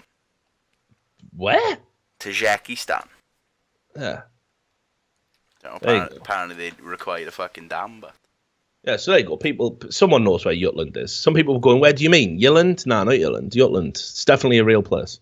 So anyway, so it's a big fucking dam anyway. And obviously, when the people who jump in and swim, probably they don't realise how it looks, you know, but it's going off a waterfall. That's how it's powered, this current, right? So people jump in and they're like, fucking hell, like, just get swept away and just plummet to their death. So anyway, only one person ever has swum across the Hoover Dam. There he is. Right, and only one. His name is fucking Di Jones. Yeah, his name was Di Young. Right? So here you go, right? Like, this is from the other day, September the 12th. He's a gog. He's a gog, so he's not proper Welsh, in my opinion, although I'm sure the gogs will dispute that. Gog is North Walian as opposed to South Walian. But a man from North Wales has been fined $330 by American police after he swam across the Hoover Dam on a stag do, making himself the first person to make it across the reservoir alive. I bet he wish he knew those stats before he jumped in. Yeah, innit? He fucking played the odds, like. Sorry, nobody's lived. Yeah, hang on a minute. Right? Aaron Hughes, a 28-year-old forklift truck driver, of course, had been partying for 37 hours in Nevada when he decided to jump in the water and swim across it. So he'd been awake for 37 hours when he undertook this ridiculous feat of endurance. I used to live out in Nevada for a bit. 45 degrees outside, baking hot. In the desert. He says it was around 45 degrees outside. We were on a stag do in Vegas. You go to Vegas to have fun, don't you? We made the hangover look tame. We were all just standing there and I thought, fuck it, I'm going for a swim. So he just dived in, right? And he said he was swimming for 30 minutes and he was knackered halfway through. But he just was like, fuck it, I just got to get to the other side because he could feel like he was getting pulled away. So he goes, I was sucked towards the wall and had to swim hard. At the other side, I was exhausted. Then I heard the police shouting. So the chief of police who came said, in my whole lifetime, I've never seen or heard of anyone doing it. There's no one on record having doing it. And Aaron said, yes, my decision to go for a swim was fueled by drink. It was a bow talking, it was, officer. And then, this is the best line, though. This is what makes the whole story. It just ties it together. He goes, I don't have any regrets. I even have a tattoo saying no regrets. I'm fucking hard, I am. That's why I tattooed hard on my knuckles. I don't have any regrets. I even have a tattoo saying no regrets. That's don't even regret that. I didn't even regret the tattoo saying no regrets. Like, it just fucking mad me, like. So fucking what a beast, like. So there you go. Wales is finally on the fucking map. You know what I mean? And I can say to people, this is it. This is what being Welsh is. You know. So yeah, that's it in a nutshell. Tell your friends. With the Welsh, we've done it. Right, what else have I got for you? Oh, fuck, Kurt Eichenwald, mate. He's had another mental breakdown. Back. He's back. I'm not a nonce. You got no evidence. Not a nonce.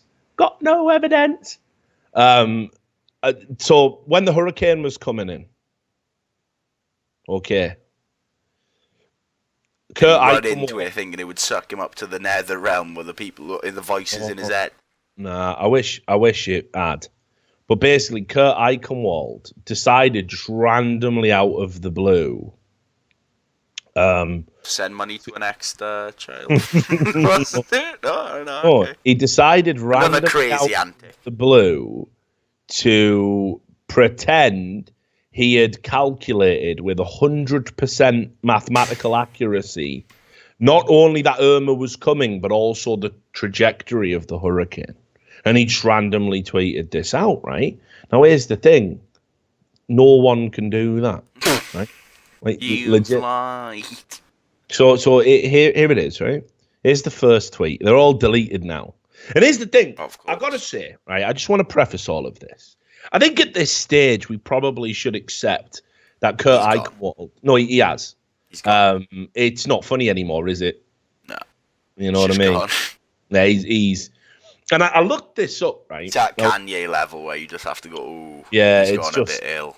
Yeah, like, you know, when Jay-Z, don't send your killers at my head. Right, he's gone. His boss is gone. Get him some meds. Jay-Z killing? Yeah, right. He's fucking Beyonce. He's living the dream. Illuminati! He's not doing nothing. Right. So when you get to that stage, you need to get fucking fixed up, mate. It's time for the fucking rubber room, you know. And I think we're at that stage here. Like, and I was looking this up actually, and it's apparently a contentious issue. But you know how he's always saying he's having seizures and that because of his epilepsy. Yeah. So I looked into it whether or not seizures can cause permanent brain damage. Ooh. And the jury's out. You know, like nobody really knows. But probably don't know, just because when you have a seizure, most of the time you fall. You know what I mean? You bang your head off shit. Yeah. I just love the way you summed that up there. Right. So the jury's out. We don't know the science. Does having seizures cause permanent brain damage? Probably don't know, mate. So, Dr. Davies, everyone. Yeah, that's spot on. 100%. Probably don't know. Bad. Yeah. There's probably part of your fucking problems, mate. So anyway, this is the first tweet, mate. It's beyond a joke. Like his first tweet was, "I'm not a scientist." could have fooled. I'm not a nonce. You've got no evidence. I'm not a scientist. You've got no evidence. Right? I'm not a scientist. I used a climate change equation and using sea surface temperatures predicted Irma intensity, growth, and timing 100% correct. And then he followed it up with a couple of other tweets, which are here. He then said, "Where are these links? I ain't getting them." Yeah, there you go. What did one come through there? Did you get it? I got one. Thought I might just send it to some random cunt on Skype. Why are you sending me pictures of Kurt Eichenwald? Yeah, tentacles.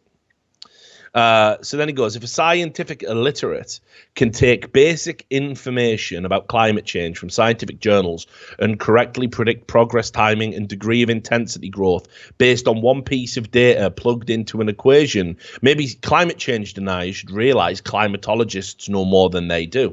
Now, here's the thing with all of this. He didn't do any of that. He's lied. Yeah, he's had a lie, okay? And the fucking equation that he claimed to use doesn't even... Okay, so I've got to find the equation for you because it's just not going to work. Let me find it. So here you go. So he got upset and then he deleted because there was another tweet and he said, people like me get our knowledge about the climate from science and idiots get it from Fox News. Like, I don't even know it's not a partisan issue. I don't know why he felt the need to say that while people in Florida, because, you know, look, here's the thing. Floridians go through hurricanes all the time. And yes, some people weren't buying the fucking hysteria that certain areas were going to be affected, you know, when they knew that they weren't. You know, there was a clip, some guy just, bystanders getting interviewed, and he went, well, actually, with the Meridian, and he fucking wrecked the reporter, and yeah, well, brilliant. I'm going to go back to getting rained on over here for a bit. So, you know, people do know about this stuff, and it just seemed like a weird fucking jibe. Like, it's not even the time, is it? Like, the worst thing about these hurricanes, when they're coming in hurricane season, is you get told days in advance, you gotta evacuate, you're probably going to lose your home. You know, if you stay, you might lose your life if you can't afford to evacuate. It sucks. It really sucks. You just left, well, you got to hope for some, like, last-minute error in the predictions, you know. And yeah, they happened all the time. I mean, the course of Irma was still changing as it was sweeping over people. The models were not accurate, you know. They were close, but they weren't 100% accurate. And that's why, like, immediately, you know, Kurt Eichenwald's talking shit. So then he did this. He posted this equation out, saying, I am deleting my hurricane tweets because idiots aren't getting the points. Math works, idiots use Fox News. For those wondering what the equation was to calculate sea temperature changes to air saturation that impact hurricanes, here you go. Have fun. Now, here's the problem with that equation. It's got nothing to do with climate change. It's literally got nothing to do with it. I like it. We just post a picture as well to be cryptic as fuck. Don't just link to a formula that explains it. Yeah, that's called the Clausius-Clapeyron equation, and it applies to phase diagrams. So how it's explained, because I don't know fuck all about maths, you know. Well, that's too much for me. I don't have that kind of brain. But how the example they give in this thing explaining the equation and why it's not got anything to do with climate change. It says if you take a jar completely full of water and seal it shut, and then you create a phase diagram that represents what would happen to the water if you applied various temperatures and pressures, you can see on a phase diagram that it represents this theoretical closed system, which you could then apply to real world situations. So like evaporation, that kind of thing. You know, if it's this hot, the level of evaporation is this, the melting point is this, it turns into a gas at this temperature, right? What this Clausius-Clapeyron equation tells us is that the atmosphere has about 3% more water vapor for every increase of 0.5 degrees Celsius in ocean temperature. Got nothing to do with climate change. Nothing to do with climate change. So here's the worst part. A fucking actual expert in hurricanes. You can see where this is going. This is classic Eichenwald, you know. An expert in hurricanes, a literal expert, right? If you go to his, he says here, he's a meteorologist, a PhD, specializes in climate science and in particular hurricanes. That's his qualification. You can see that here. So he tweeted out what he thought about Eichenwald's claims, and he said, I am a hurricane scientist, and this is bullshit. That's all. So Eichenwald then replied with this equation and got absolutely wrecked. And then, you know what he said to this guy? He said, you're just a weatherman. Okay, so let's just assess this, okay? You're Kurt Eichenwald. You are a highly suspicious, tentacle porn watching, garbage journalist who seems to be in the throes of a psychotic episode. Even if he was just a weatherman, which he ain't, he's an expert in climate science and hurricanes specifically, and has a PhD in meteorology. What the fuck are you? A weatherman has more experience than you do. I like when his original tweet is like, but experts even know even more than me. And now an expert said, yeah, this is bullshit. Yeah. No, you know nothing. You're a weatherman. I thought you said they knew more, Kit. No. So, after he gets called out, right, by an actual fucking meteorologist, PhD level, what would you do?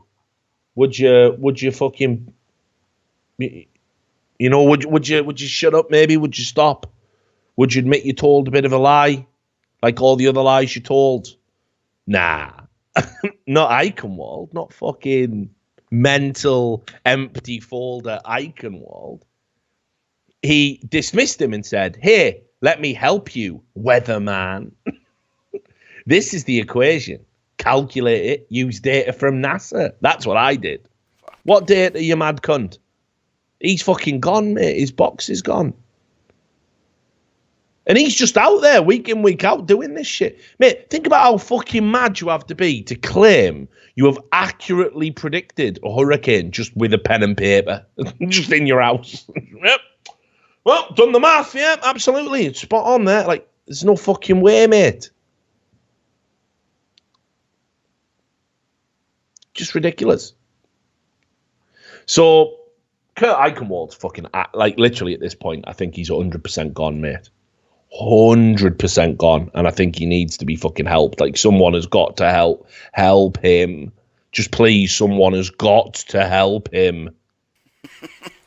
Can your kids please pray for Kurt Eichenwald? Yeah, like, come on, like, enough's enough, you know. He claims to be close to his family. He's watching tentacle porn with his kids, for fuck's sake. How can they not realise what's happening to their dad? Right, Sam. It's theoretical. You're like me. We don't have dads. But theoretical question: if we did have dads and our dad was on social media, beaking his life away. Yeah. Okay, let's do it for the mams. We've got mams. Let's do it for the mams, right? If your mother was on social media now, right, like tweeting out to people that she can predict hurricanes. I have to go downstairs and have a talk with me. Yeah, innit? You know what I mean? You'd fucking... You'd say something, wouldn't you? What if she was... Yeah. What if she was, fucking tweeting... Accidentally, yeah, like just accidentally tweeting out pictures of tentacle porn and that. You'd be like, Mum, you got to stay off the internet, like. Personally, Mum, I've smashed your phone and laptop to bits. This is enough. You can't handle it anymore. Your box is gone. Yeah, serious. I've booked you in a spa far away. Come back when you've him. I remember living with a mate once. I was staying at his gaff while I was getting my shit sorted. His mother was fucking wild as fuck. I'd be getting up at 7 a.m. to go to work. She'd still be on the sofa from the night before, valed up out of her fucking mind, smashing in a can of Foster's, like. Asking me what time it was. Yeah. If it was my mum, I'd probably have a word. That's all I'm saying. Probably have a word. Weren't. I had a Foster's. She was sat there. She was sat there with 2 slabs of spesh, and she said, "I just had a bit on grease." So I didn't go to work that day. So we got through both slabs, and I ate her monkey and walked home fresh. I knew that would disgust you, but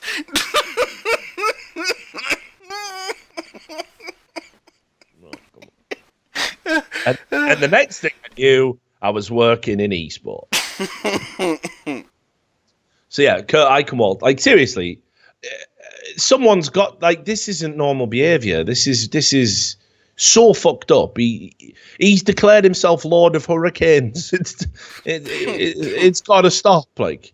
Someone has really got to just intervene, just help him. Somebody, anybody. I don't even, I feel bad even doing this segment now. He's just lost it. And like nobody's helping him, not his employers, not his family. He's just there making a fool of himself on social media every day. Like, fucking hell. It's got to stop. Put him in a home. It's just time, innit? He doesn't have to be in the home forever. But he just needs to be in the home for now, like right now, like. So, anyway, right. So I got a couple of other little bits, and then I think we'll get out of here, and I'm going to go pound a few beers with Anders, and maybe later on I'll just pound Anders. Hey, it was something unreasonable. Holy fucking shit. So. I can't believe this is still going on in American schools. You know what I mean? A teacher threw out 2 students because they had Donald Trump Make America Great Again shirts on. This was recent. Surely that's unreasonable. Surely people must realise that's unreasonable. Right? And what she did is she did this. And wait till you hear it, mate. She compared it to the fucking swastika. Oh, sort your motherfucking head out. Wild, isn't it? No wonder America's fucked, mate. Look who's teaching the kids. I know, man. It's wild, isn't it? It's wild. It's Bring like back the 70 teachers who were, up to the gills on shrooms, who had some real fucking knowledge to pass on. Is what's so bonkers about it, though, Sam? It's like, do you know what I mean? Listen, right? Like, imagine if you were one of the people who was still alive who had to live through Hitler's Germany. There's people out there if you want to go talk to them. Yeah. Go ask them if they feel that modern America is anything like that. And it will pretty much be a resounding no. And the idea that a campaign slogan, that just says "Make America Great Again." Listen, your country is America.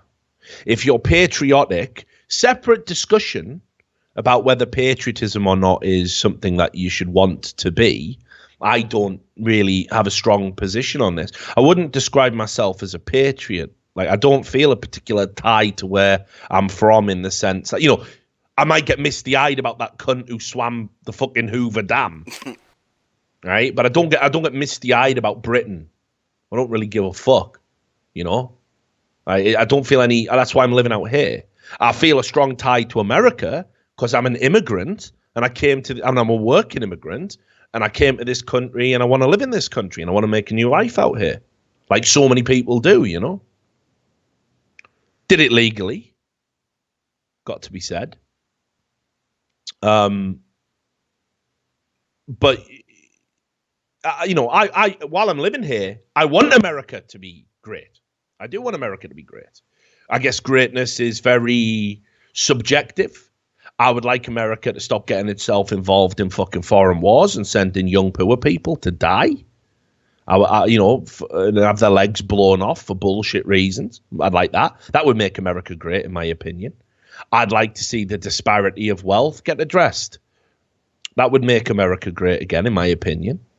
I'd like to see it become a new wave of intellectualism and move away from the more censorious kind of angles it's heading down. That'd make it great again, in my opinion. I like to see it become a world leader in science instead of holding on to regressive ideals and nonsense in the scientific fields. That would make America great again, in my opinion.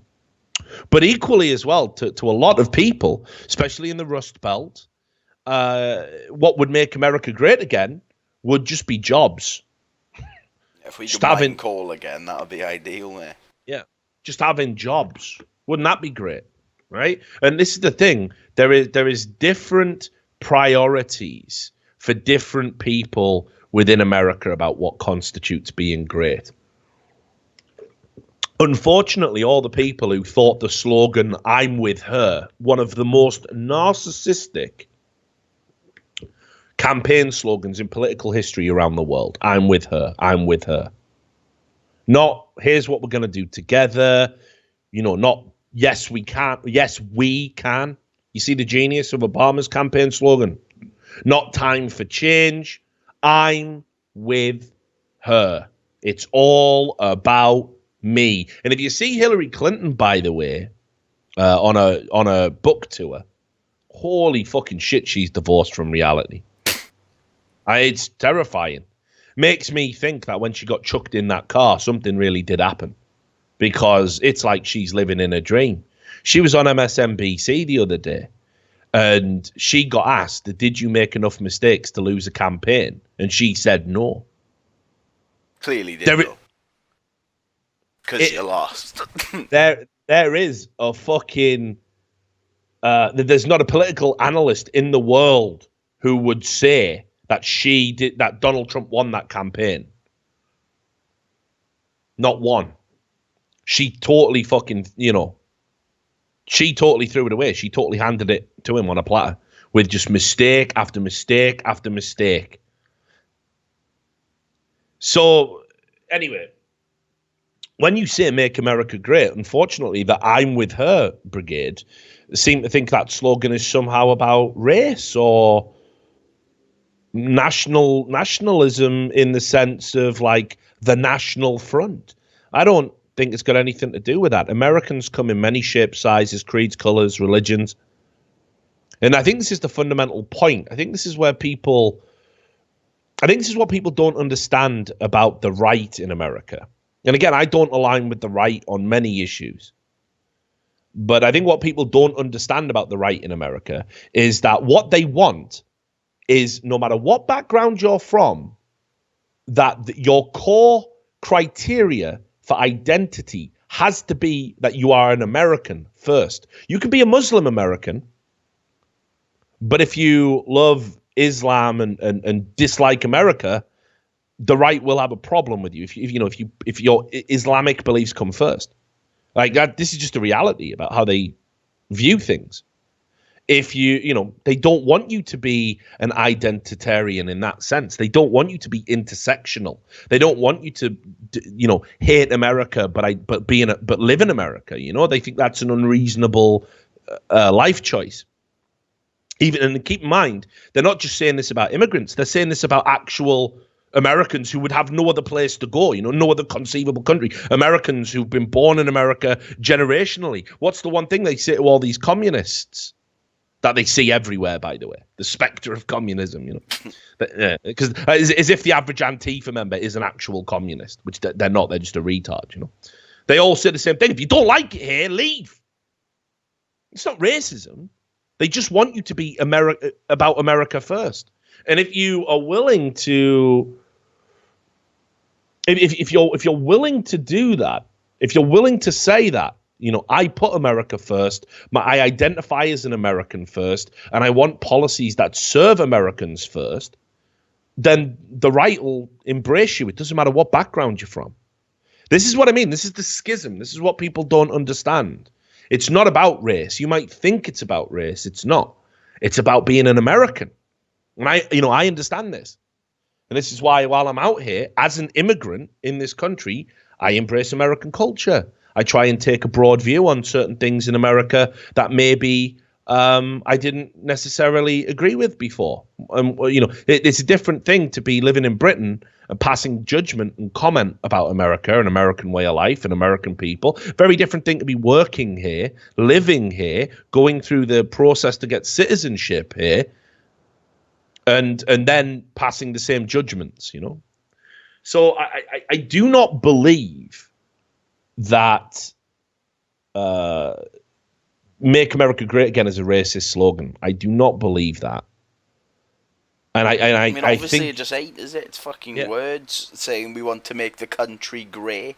How can that be racist? Yeah, and I think people are really stretching it thin when they try and make out that it is. And I saw it all, during the campaign. Make America hate again. These guys, there's people out there who just want, they want the country to cater to them to some degree. They feel disenfranchised, disconnected. It's the same old thing. It's not about race. It's about economics. People can say it isn't, but it's just bullshit. Make America Great Again to them means bring jobs back to our areas, bring prosperity back to our areas. Maybe get doctors and rehab clinics that they can afford to go to get their fucking addicted family members, fixed, healed, made whole again. Have facilities that children can use instead of falling into street crime. Have job opportunities, education opportunities.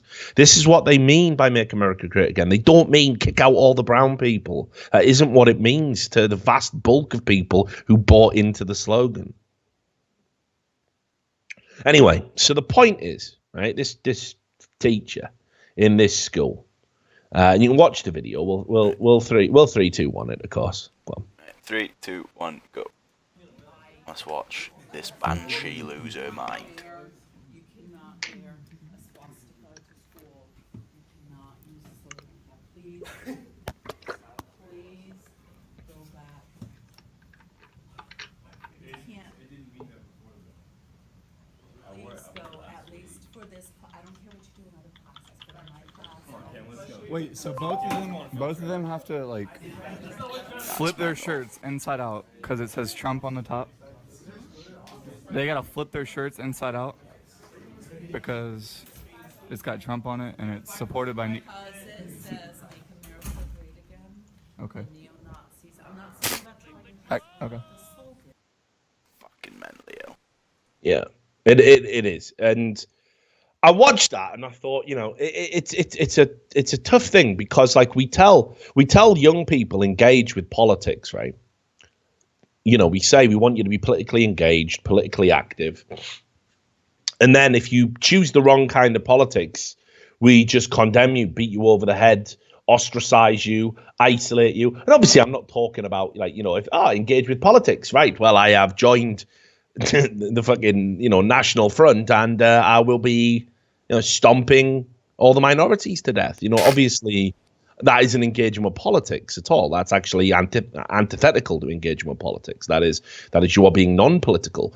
I think one of the things I hate is the way that those retarded fucking white supremacist organizations get treated as if they're political entities. They're absolutely not. They are divorced from the political system. They are not engaged with the political class. They are disruptive to the political process, to the democratic process, because they're an overwhelming minority of failures and losers, and they wouldn't have any impact at all, but they're elevated to prominence by the ghoulish, retarded stunts that they engage in. And it's the same for Antifa, which is why it was incredibly disheartening and dangerous to see the mainstream media champion them and compare them to the people in the Normandy landings. These people are not your heroes. You do not want these people to be your heroes. They are antithetical to the political process. They are beating people with sticks, bats, macing people. They're attacking veterans in wheelchairs. Again, I've never got around to doing it, but I am going to make a video that chronicles all of this rise of leftist violence over the last 2 years in America, and you should absolutely be condemning that. They are not the people who went to Normandy. They're not the same. They're scumbags. So anyway, the good news about this is, and this is one of the things that makes me think, yeah, maybe we're starting to turn the corner. Yeah, I've been a bit desperate and sad and depressed before on the show about this. Because keep in mind, I'd like to think by now that people realize I'm not a Donald Trump supporter. I criticized his transgender military ban. I think that was retarded. I think it's retarded to announce any policy on Twitter before you've even talked to your own fucking cabinet about it. Like, that's just mental illness. That's just fucking so retarded. It blows my mind. All transgenders are banned from the military. The military? Hang on a minute. Wait. You didn't talk to us about the military. Yeah, we're the military. Like, shouldn't we know? That's retarded. I condemned his pardoning of Sheriff Joe Arpaio just based on how much of a piece of shit Joe Arpaio was. I know there's a bunch of stuff. This Dreamers thing that's going off the dark. I don't support rescinding that and not having an amnesty. It looks like he's willing to budge on that and renegotiate it. I think it's incredibly. I don't think it's as hysterical as what they were making out. Like, this is evil. The Dreamers. Like, look, listen. Stop cloaking it in retarded fucking language. And let's just be real. These were people who entered the country illegally as children, and because their parents did it, we said it was appropriate to give them amnesty. And we said, hey, engage in the system and your deportation will be deferred. That was the agreement. It should never have been passed by Obama, honestly. Not in its form. I'm not going to get into the argument about the legislative branch and the executive branch and all of that. I mean, mainly because it's tough to make the argument, oh, Donald Trump is doing the right thing by repealing this, and then he's also pardoning pieces of shit like Sheriff Arpaio, you know? So forget all that. The reality is it was always just going to be a political hot potato, which had never been passed in its current form. You've got to have a long-term view. You can't just defer. You can't just defer to people and say, hey, engage in the system, get social security numbers, let's all get you in. By the way, this can end any day. This can end any day. Sign up to this, though, because it's your only option, and we get to find out who you are and where you live and what your name is, and this can be repealed any day. And this is what I mean. Like, it's a fucking political headache. It wouldn't have mattered if Hillary was in, because she's got a choice. We either let the deferment continue, and deferment is not a permanent solution to this problem. right? You either let the deferment continue or you cancel the deferment and send these people back home. You know, and that sucks. It sucks for those people. You know, I don't care about the statistics. Oh, but some of them were criminals. Yeah. We got plenty of them already here legally. Plenty of American citizens criminals. What's your fucking point? The reality is you've got to come up with a long-term solution to that bullshit. And I don't know if Donald Trump's the guy to do it, because he's made this impossible position for himself because he's stupid. The way he handles policy, at least. He has basically said, well, I'm going to appeal to my base. There will be no amnesty. His words on the campaign trail. Now it's thrown his party into turmoil. Republicans are like, yeah, this isn't the hill to die on, Donald. There might be an amnesty. So who do you appeal to? Do you appeal to your members of your political party? Try and get them on side to get them to support you, so you can maybe get more things through? Do you try and appeal to Democrats? They're never going to love you anyway. And in doing so, you risk isolating your base, which means you probably don't get reelected. So the whole thing's a clusterfuck. But crying, oh, the dreamers, like, shut the fuck up. This whole thing was retarded. And again, champion Obama. Oh, Obama brought this legislation in, which gave everyone this new chance. Yeah, he also deported more people than any other fucking president in history. So yeah, good old Obama, eh? He increased ICE fucking numbers and everything else to do it. So yeah, good old Obama. And that's when he's not, sending a drone to kill someone every fucking 7 minutes and blowing up schools. Like the idea that Obama's got a fucking peace prize, for fuck's sake. What world are we living in? So anyway, sorry, back to turning the corner. We're turning the corner, Sam. We're definitely turning the corner because this teacher got fired. And it's rare you see that happen, when somebody has a sort of outburst like this. It's usually like, well, we support their freedom of expression to do it. I don't know how I feel about this. I'm always, because I don't necessarily support her getting fired either. It would have been nice. I kind of do, though, because obviously her inability to accept other people's political views are impacting her ability to do her job. So yeah, fired. But okay, but another way might have been, how you see people, you see people like maybe, like they go away for re-education. Nah. You know what I mean? I'm not down with that. She's obviously gone. Get her out. Yeah, all right. She's got the Sarah Silvermans. Get her out. All right, well, maybe. But, I don't know. I think if she's a good teacher and she's got qualifications and there's never been any issues before, I think you pull her to one side and you say, look, you cannot let your personal politics interfere with what we do in a school, what we do in a classroom. And I think that's a much more firm and fair way of dealing with it. Here's the thing. The problem you've got is that the right is becoming as hysterical as the left. And that is that when somebody does something wrong, the right are like, you fire them. You would fire a conservative for doing it. And it's like, listen, I thought you don't want to be like the snowflakes on the left. Well, now you're behaving like them. Yeah, but it's their rules. Right. Yeah, well, okay. Well, you don't have to play by them. You say the rules are bad. Why don't we change them by taking the high ground? And this is what people don't do anymore. No one's taking the high ground. It's just two retarded groups of extremists screeching at each other, and there's no common sense anymore. And for me, firing a teacher because she believes politically that a Make America Great Again slogan is the same as a swastika, completely retarded view, stupefyingly ill-informed, definitely not appropriate for a teacher in any way to sanction a student over wearing a presidential T-shirt. But that being said, we're now justifying, the right is now justifying firing people for expressing their political opinion. And they would be aghast and agog and horrified if Trump support got fired for just talking about Trump. I mean, there was this court case in Canada where a Trump wore a MAGA hat. The judge wore the MAGA hat, and he got suspended for like a year. Fucking hell. While they investigated him, because politics shouldn't enter the courtroom. You can make it out what you want. Yeah, that is true. Yeah, I guess. Yeah. So I'm just saying, I feel if a judge can keep his job, maybe a teacher can. You know, and look, I've done disciplinaries before when I've been a manager. All you say is, you say, look, I need you to acknowledge that this is wrong and this is your final warning, and you're going to sign this piece of paper that says you will never let your politics interfere with your teaching or how you treat your pupils again in class, and then you just move on with it, and you just make sure it doesn't happen again.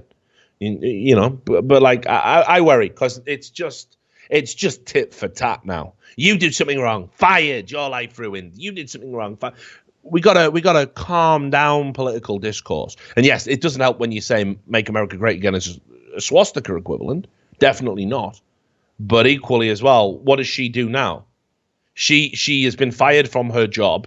She's gonna have a massive chip on her shoulder, believing that it was the great machine that fucked her over, not her own stupidity. And she's gonna find somewhere to work where she can take these views with her, where she'll be championed for having these views. You know, think somewhere like fucking Evergreen or something. Yeah, right. And then she'll double down on the nonsense because she wasn't shown clemency. So, you know, just a thought. Maybe I'm wrong. Maybe I'm going soft in my old age. You know? And yeah, listen, it's the fact. I understand that it's bad because, yeah, she threw out the fucking pupils and she was there to fucking, you know, she's there to teach them. Yeah. So it's bad. All right. It's time to wrap up the show. It's getting late, Sam. I'm Brad. Falling asleep. Sorry, I'm boring, aren't I? No, We'll just cut out this last hour. It was all garbage. All for nothing. All for nothing. What's that? Oh, right. Yeah, people are spamming KNG stuff in the chat. What I thought. Hang on. But it is where I want to end the show. So, a bit of sad news. Like, you've seen the film Goodfellas, and you watched The Sopranos and all that. Mm-hmm. So, do you know Frankie Vincent? Yeah. You remember him? I saw this. Yeah. So Frank Vincent is the guy. He played like Phil Leotardo in The Sopranos. I can't remember the name of the guy. Billy Bats, pray for Billy Bats. He was Billy Bats in Goodfellas. And basically, he was in Casino as well. You'll have seen this motherfucker around. You'll know what he looks like. I'm sure you'll bring up a picture of him now while I'm talking about him. Sadly passed away at 78. And he was one of the great sort of Italian-American actors that, starred in all of these sprawling crime epics. And just really sad that he passed away. Good innings, 78, and he provided some memorable moments. One of the best insults ever in cinema history, which is what we're going to end with tonight. Sam, here it is. You can 3, 2, 1 it with me when you're ready. Do it for Frank. Classic line. They got him killed for no reason. Salute. Right. Yeah. 3, 2, 1, go. Tommy? No more shines, Billy. What? I said no more shines. Maybe you didn't hear about it. You've been away a long time. They didn't go up there and tell you. I don't shine shoes anymore.